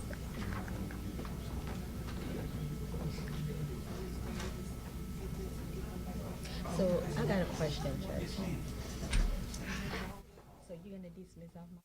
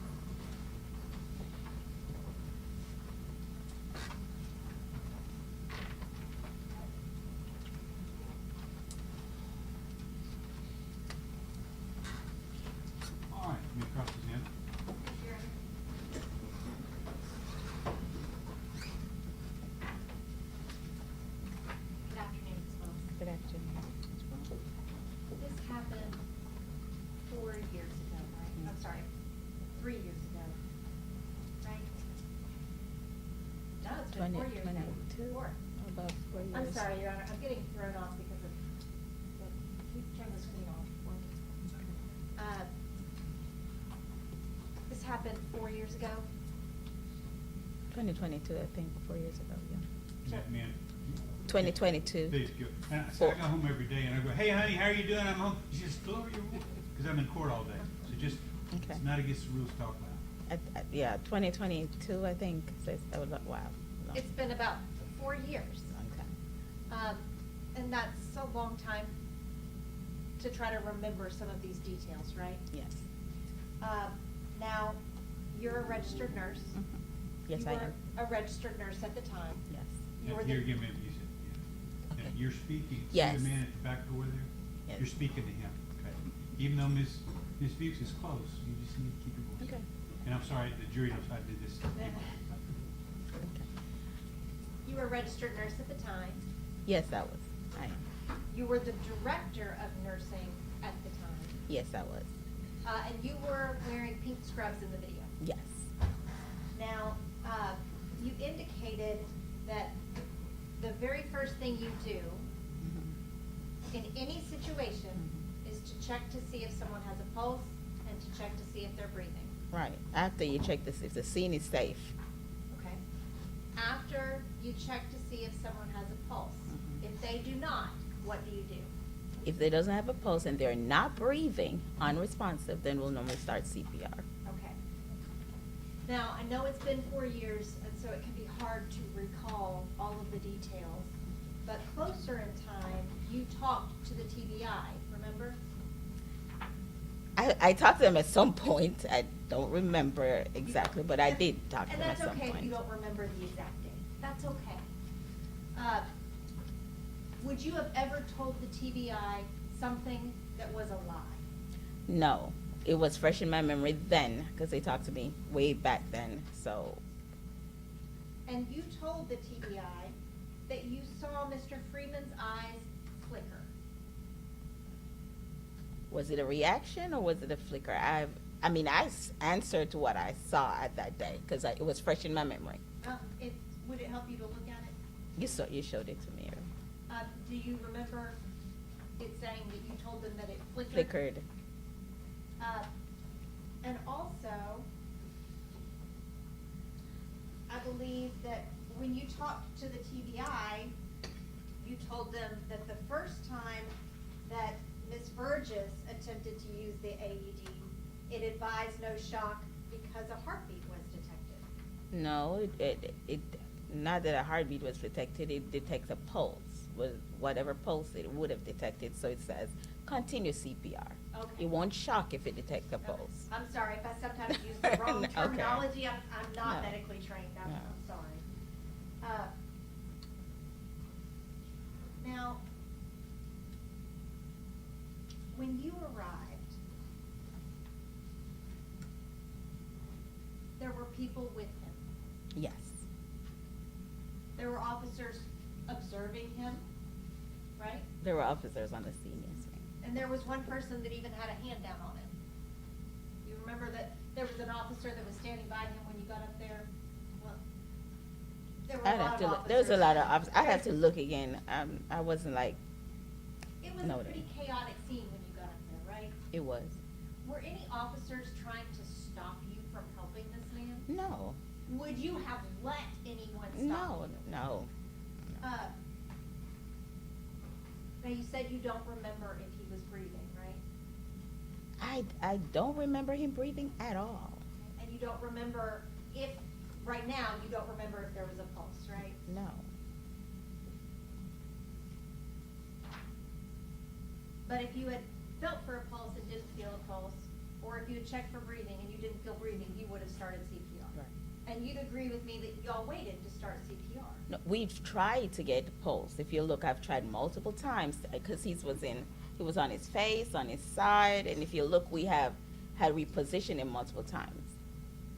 Yes. So And- you could actually try to do your job. And do you remember getting a weak femoral pulse? You don't I said, I remember? don't recall. If I said that to the TBI, it was at the moment, in the moment when it happened. now I can't recall talking to the That's okay if you TBA. can't recall. That's okay. And if you don't remember, I want you to tell me that you don't Mhm. remember, okay? Okay. And this was a hard situation too, because you yourself were struggling. To breathe, yes. Why? Because the kind of thing they use, like a pepper spray, is very strong and red and thick. You can't breathe, you can't see, your eyes be burning, and it's difficult to breathe. It's debilitating. It's very difficult. And not only the nurses, but also all For of the for officers everyone. were suffering from the effects of that spray. Would you have ever told the TBI that you saw someone's eyes flicker if they did not? No, Would you have ever reported for charting purposes that you saw the eyes flicker if you did not? no, but I don't recall charting either. I never charted. Well, do you recall, revolta saying? Objection to hearsay? Unless she has personal knowledge. She can't Okay. talk about this. Do you know if Revolta Sane charted this? I know he charted the night. He was a nurse in charge that night. So he would have been in charge of making the records. He would be in charge of making the notes. Okay, and he would have gotten the information from all of the other nurses and included those in the charting information. He was on scene himself, Okay, but he also gets information from the but other from nurses. everyone that's there, but Okay. he was on the scene. Would you have ever given inaccurate information to Revolta Sane? No.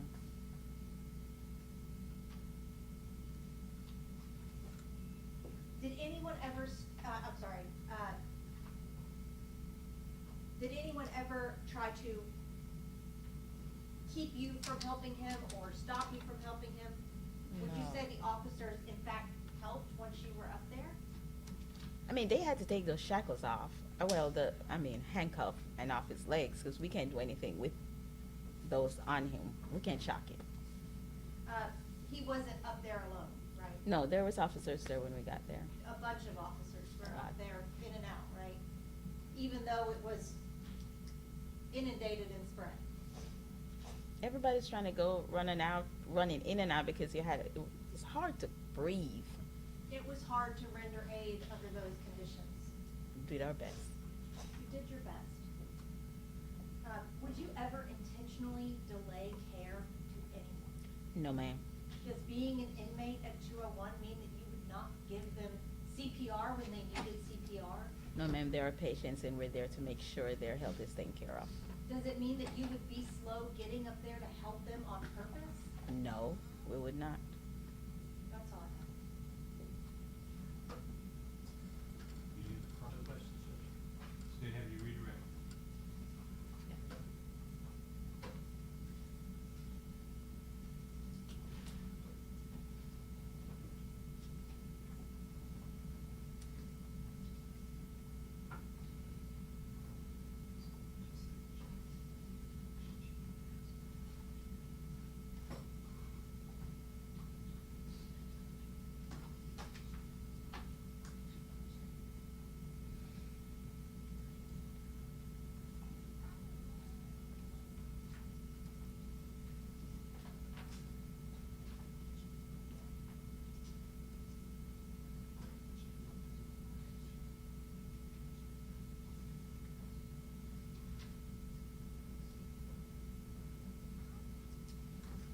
No other questions, sir. All right, thank you, ma'am. Appreciate you coming. Okay, thank you, sir. Call you next week.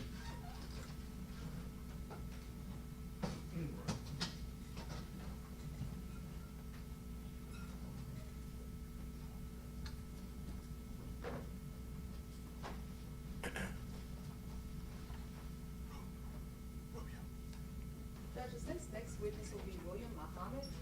William Muhammad, please.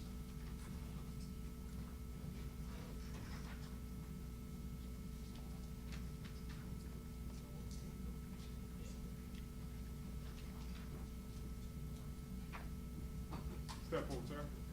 Step right side of the circle, man. Face the judge and raise your right hand. Sir, you solemnly swear affirm to tell the truth, whole truth, and nothing but the truth, so help you God. Have a seat, please.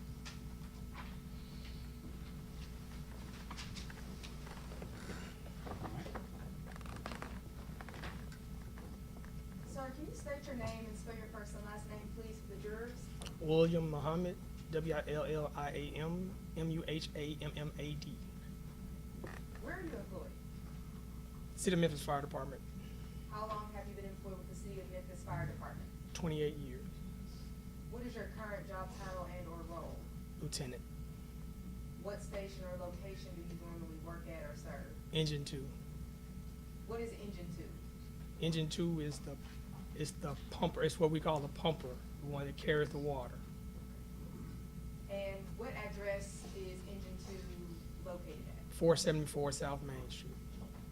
What are some of your duties and or responsibilities as a lieutenant with the Station 2 engine? Or Engine 2, rather?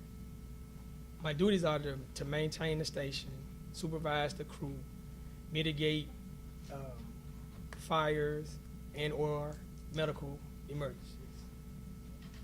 To be employed with the City of Memphis Fire Department, do you have to be CPR certified? Yes, Is this certification required of all Memphis City Fire Department staff? yes. How does one become CPR certified? What are the requirements? Requirements is you take a course, either online or lecture course that's given, and then you have a practical that you take where you demonstrate the proper procedures for giving breaths, giving chest compressions for for infants, toddlers, children, and adults. How long is the course that you have to take? What? Depending on when you take it. If you take it in class, it's about a week. Recertification takes about 8 hours.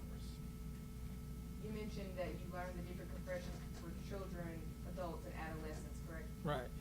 What are the different compression amounts for those three categories? Where you either do two, with an infant, you're doing 2 fingers. Now you use your whole hand.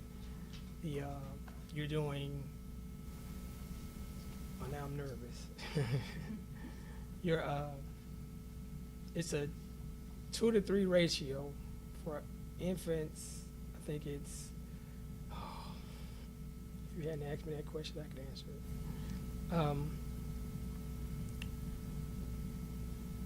2 to 3 compressions for 2 to 3 ratio for infants. It's 5 to 2 for toddlers. Then you move up to when you get to children and adults, it's 30 to 1. Okay. Now, were you working in your capacity as a lieutenant with the City of Memphis Fire Department on October 5th of 2022? Yes. On October 5th of 2022, what station and or unit were you assigned to? I was assigned to Engine 5. And that station was Station 5, I'm sorry. Okay. October 5th of 2022, did you respond to a call for service at 201 Poplar Avenue? Yes.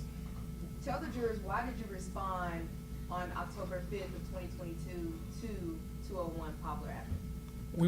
From what I recall, the call came in as a medical emergency at 201 Poplar. Who was present with you at the time? The driver was David Mason. One private was Wilbert Brown, and the other private was Eric Sullivan. Okay. How long did it take you all to get from the fire station, I believe you said Engine 5, to 201 Poplar? An exact time? Roughly 1-2 minutes. Okay. What time did you all actually arrive at 201 Poplar? Now that, without looking at the report, I wouldn't know. It's okay, I will pass up your report to refresh your recollection.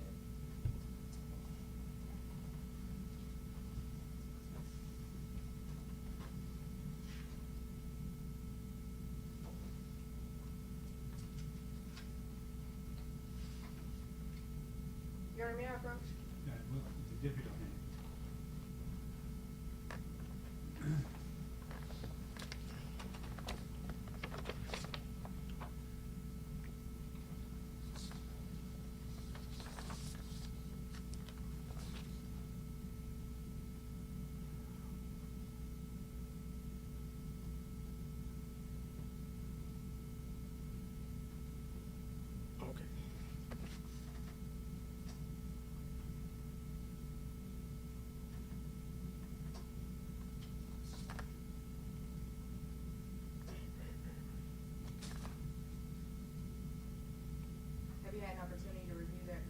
Yes. What time did you arrive? 1708, which would be 508. When you arrived, was Unit 30 truck present on the scene? Yes, they pulled up behind us, yes. Tell the jurors what the Engine 5 truck is as opposed to the Unit 30 truck. Describe those two trucks. Engine 5 is a fire suppression apparatus. We have medical personnel on that aid with first response because there are more fire apparatus than units. A unit is an ambulance that provides solely medical care. When you all arrived in Engine 5 at, I believe you said 5:08 p.m., is that correct? Correct. What was the first thing that you all did? We began to take equipment off our medical equipment off. The unit pulled up, and then we just came in with the ambulance instead of saying us.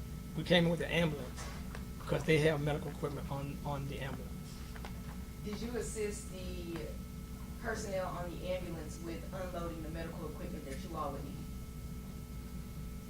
I don't remember.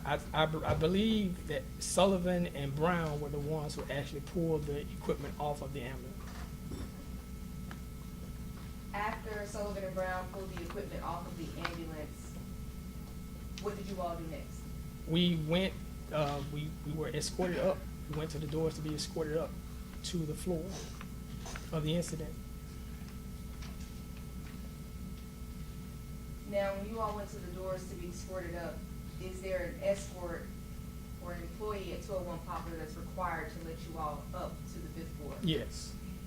Do you recall who that person was? No. When you arrived at the scene on the 5th floor of 201 Poplar, what did you observe? To the best of my recollection, we came in and we saw the staff, the medical staff of 201 Poplar engaged in CPR. And I didn't ask this earlier, but how long does it take you all to get from the entrance of 201 Poplar up to the 5th floor? How many minutes? I don't know. It's a long, maybe 2-3 minutes. Now, you testified that when you arrived on the 5th floor, you saw medical personnel helping the patient at the time. What could you observe about the condition of the patient upon your arrival? I noticed the patient just laying on the floor, and I just noticed that they were doing from my vantage point when we first got there, all I could see was someone doing chest compressions. Could you see any injuries on Mr. Freeman at that I point? did not.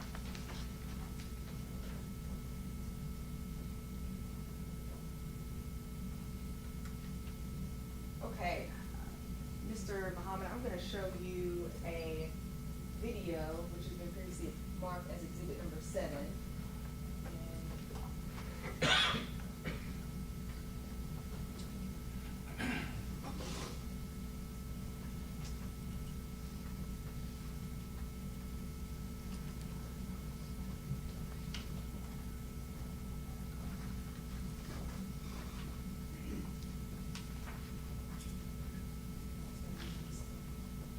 I'm gonna play the first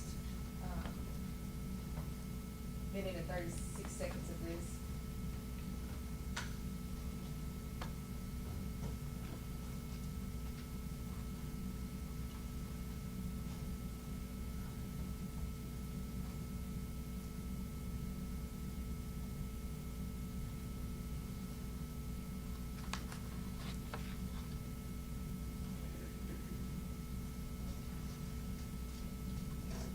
I'm actually gonna stop. Can you pause right here? Mr. Muhammad, do you see yourself in this video towards the back of the video in the left corner? Yeah, I believe it. I can see the top of my head. Okay, press play again.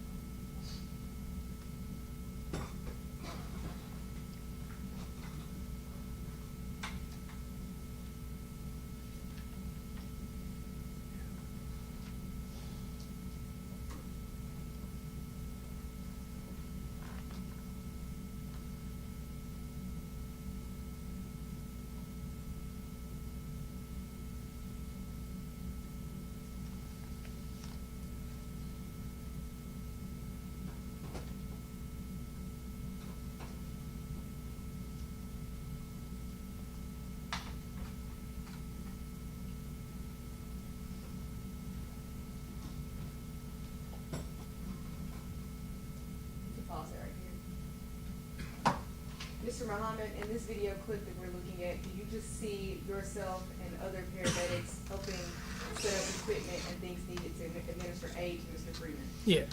Okay. I am going to.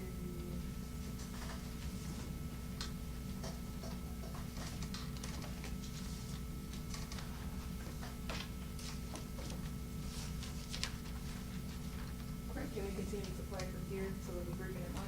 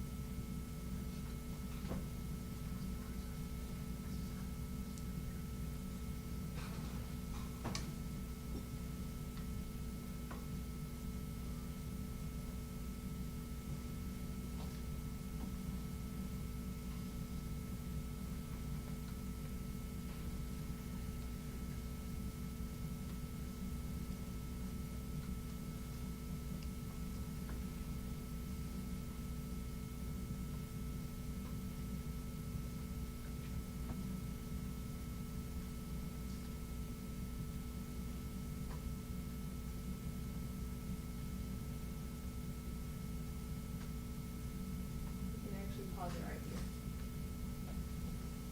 here. In this clip, Mr. Muhammad, do you see yourself handing items to the paramedics? Yes. What items are you handing to the paramedics? I'm handing him I'm handing him the medication. I believe I handed him what we call a VenaGuard, which is once he starts an IV, it's the protective covering that goes over it. I'm handing him things like that. Now, we're gonna press play from here until 5 minutes.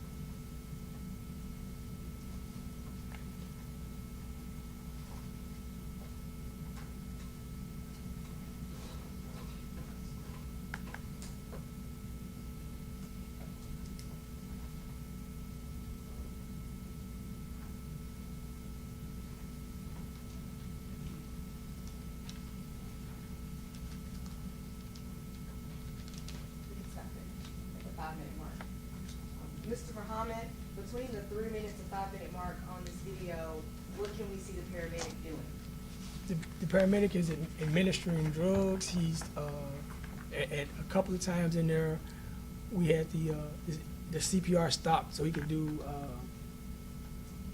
to run a shock rhythm on the monitor to shock the patient, and then we go back into it's 3 rounds of you continue CPR. Then there are 3 rounds of shock and administering drugs. That's what's going on right there. And then I'm gonna have us fast forward to the 16-minute mark.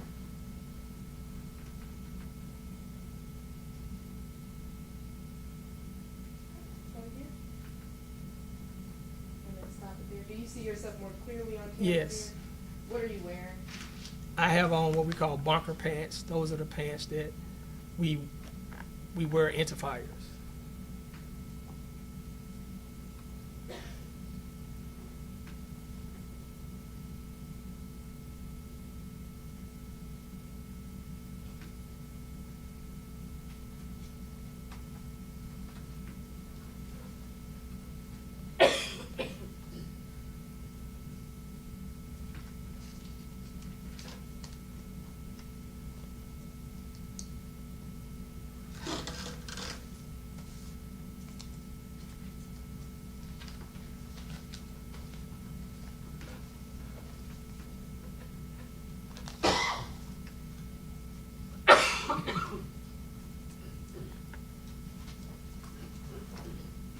I've cough drops to anybody needs one of them.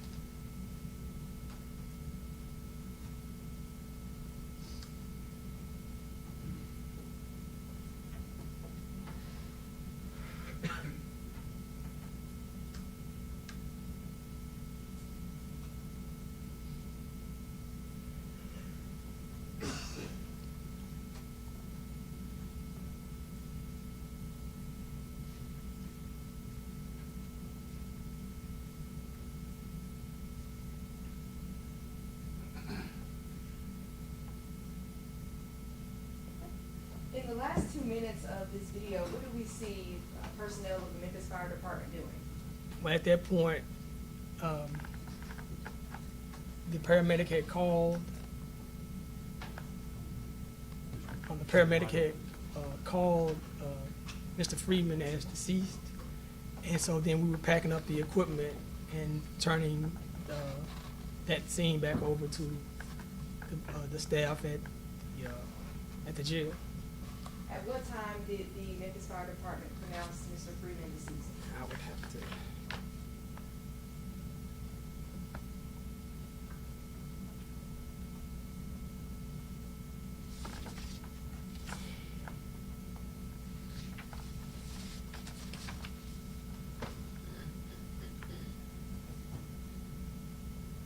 I don't see it on this report.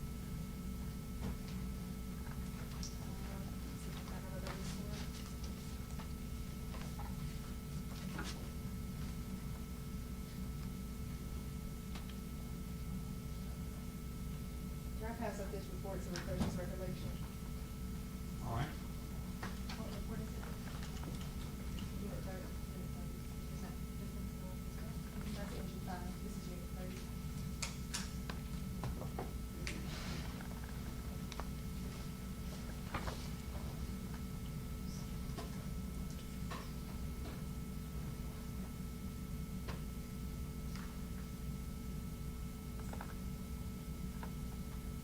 It's 17:27, What time is it? 5:27. Thank you. And then, I've got just a few more questions for you. At any point while you were present on the 5th floor, was there any heart rhythm detected on Mr. Freeman? No, Okay, at any point while you were present on the 5th floor, were there any vital signs present on Mr. Freeman? no, All of these events that you testified to, they happen here in Shelby County. yes. Thank you, Mr. Muhammad. I don't believe I have any more questions for you. All right. Across the tent.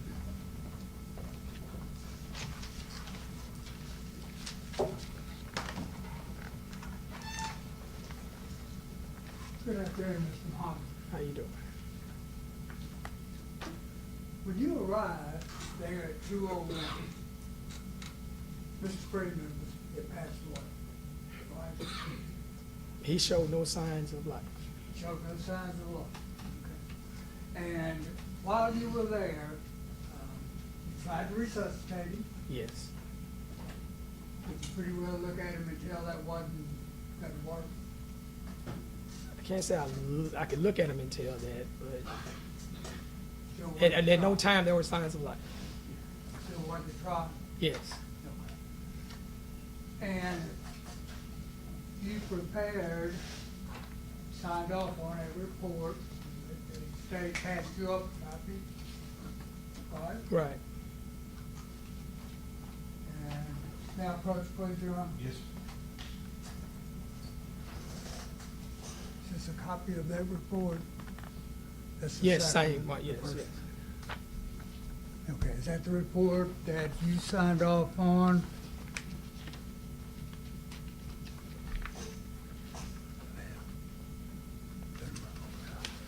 if you speak up when you're talking to the witness, Mr. Mayor. Thank you. Doesn't want to open up, I said. And is this your signature on that report?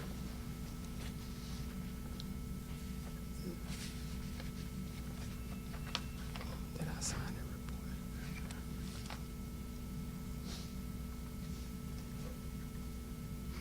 I'm not sure if that's my Look on the signature. one you- Speak up so Okay. everybody needs to hear me.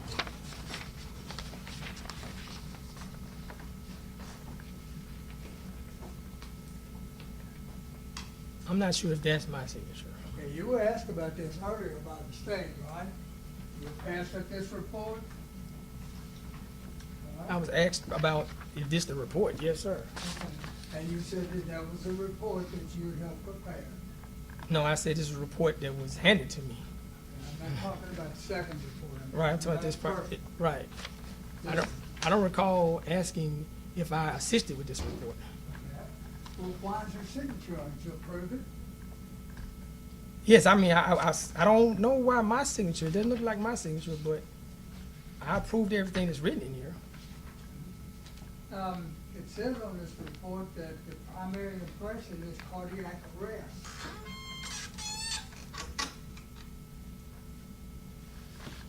You agree with that?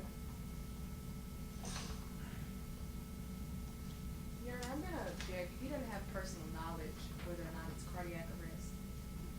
Well, we can all approach the bench for a second.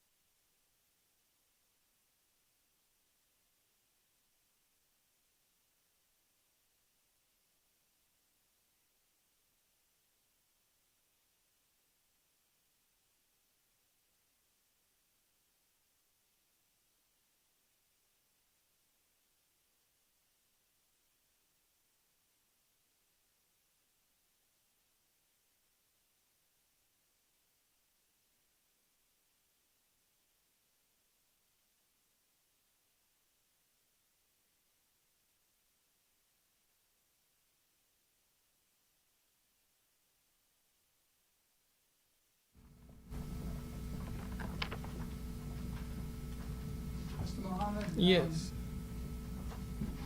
On direct examination, did you tell the prosecutor that you approved the evidence report? I do approve everything in this report. And do you know of any reason, let me ask you this, when you went to the 201, how many people went with you? There was 2 on the unit, 5 other people. 5 other people? Yeah. And you're a lieutenant? Yes, Were you lieutenant back then? I was. And who was the ranking officer in that group? I that went? was. You were? Yes. Right? So you were running, you were in charge of this group. Yes, I was in charge of the group. You're in charge of this report as well. Okay. And is that not, know of any reason somebody could forward your signature on the report? No, sir. But I move the report into evidence, Your Honor. Yes.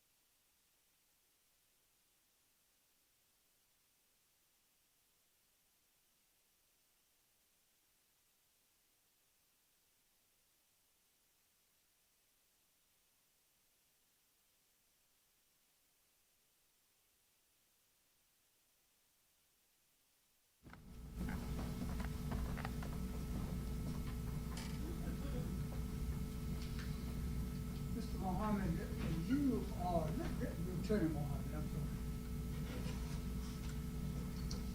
You are an EMT, is that right? yes, What, tell the jury what that is exactly. it's an emergency medical technician.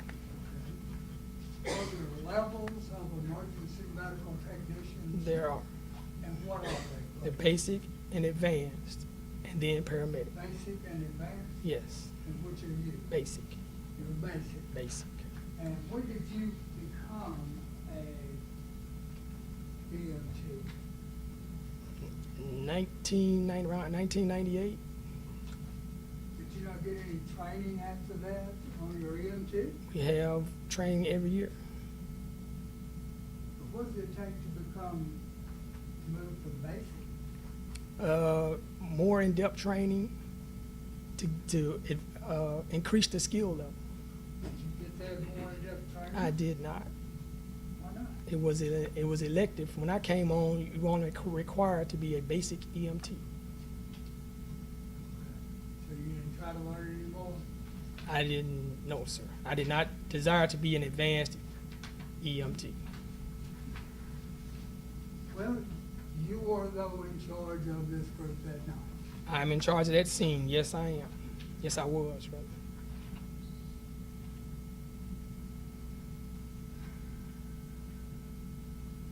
How many times have you been to a scene where there was an injury or death in the last 10 years? A lot? A lot. A lot? A lot.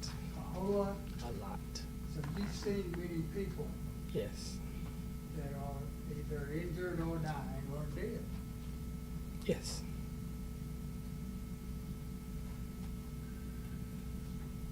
Joe, first.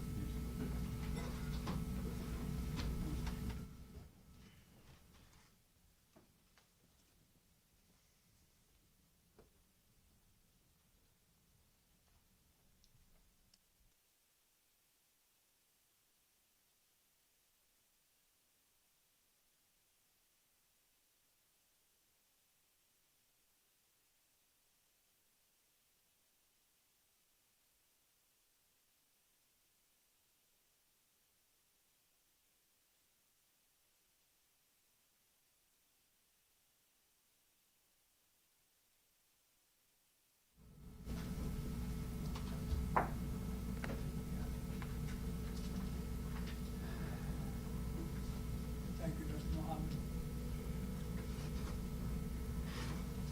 Mr. Irvin, any questions? We don't have any questions for Mr. Pollard. Thank you. Can you read it directly to the staff? No, Your Honor. Thanks, sir. Appreciate you coming. Thank you.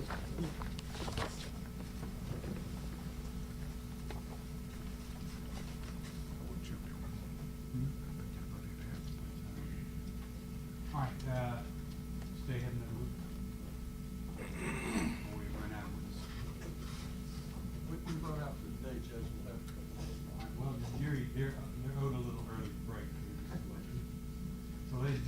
see y'all in the morning at 10 o'clock. Please, heard a lot more food today. Do not discuss the case yourselves with anybody else. Enjoy whatever dinner you ordered. We'll see you in the morning, okay?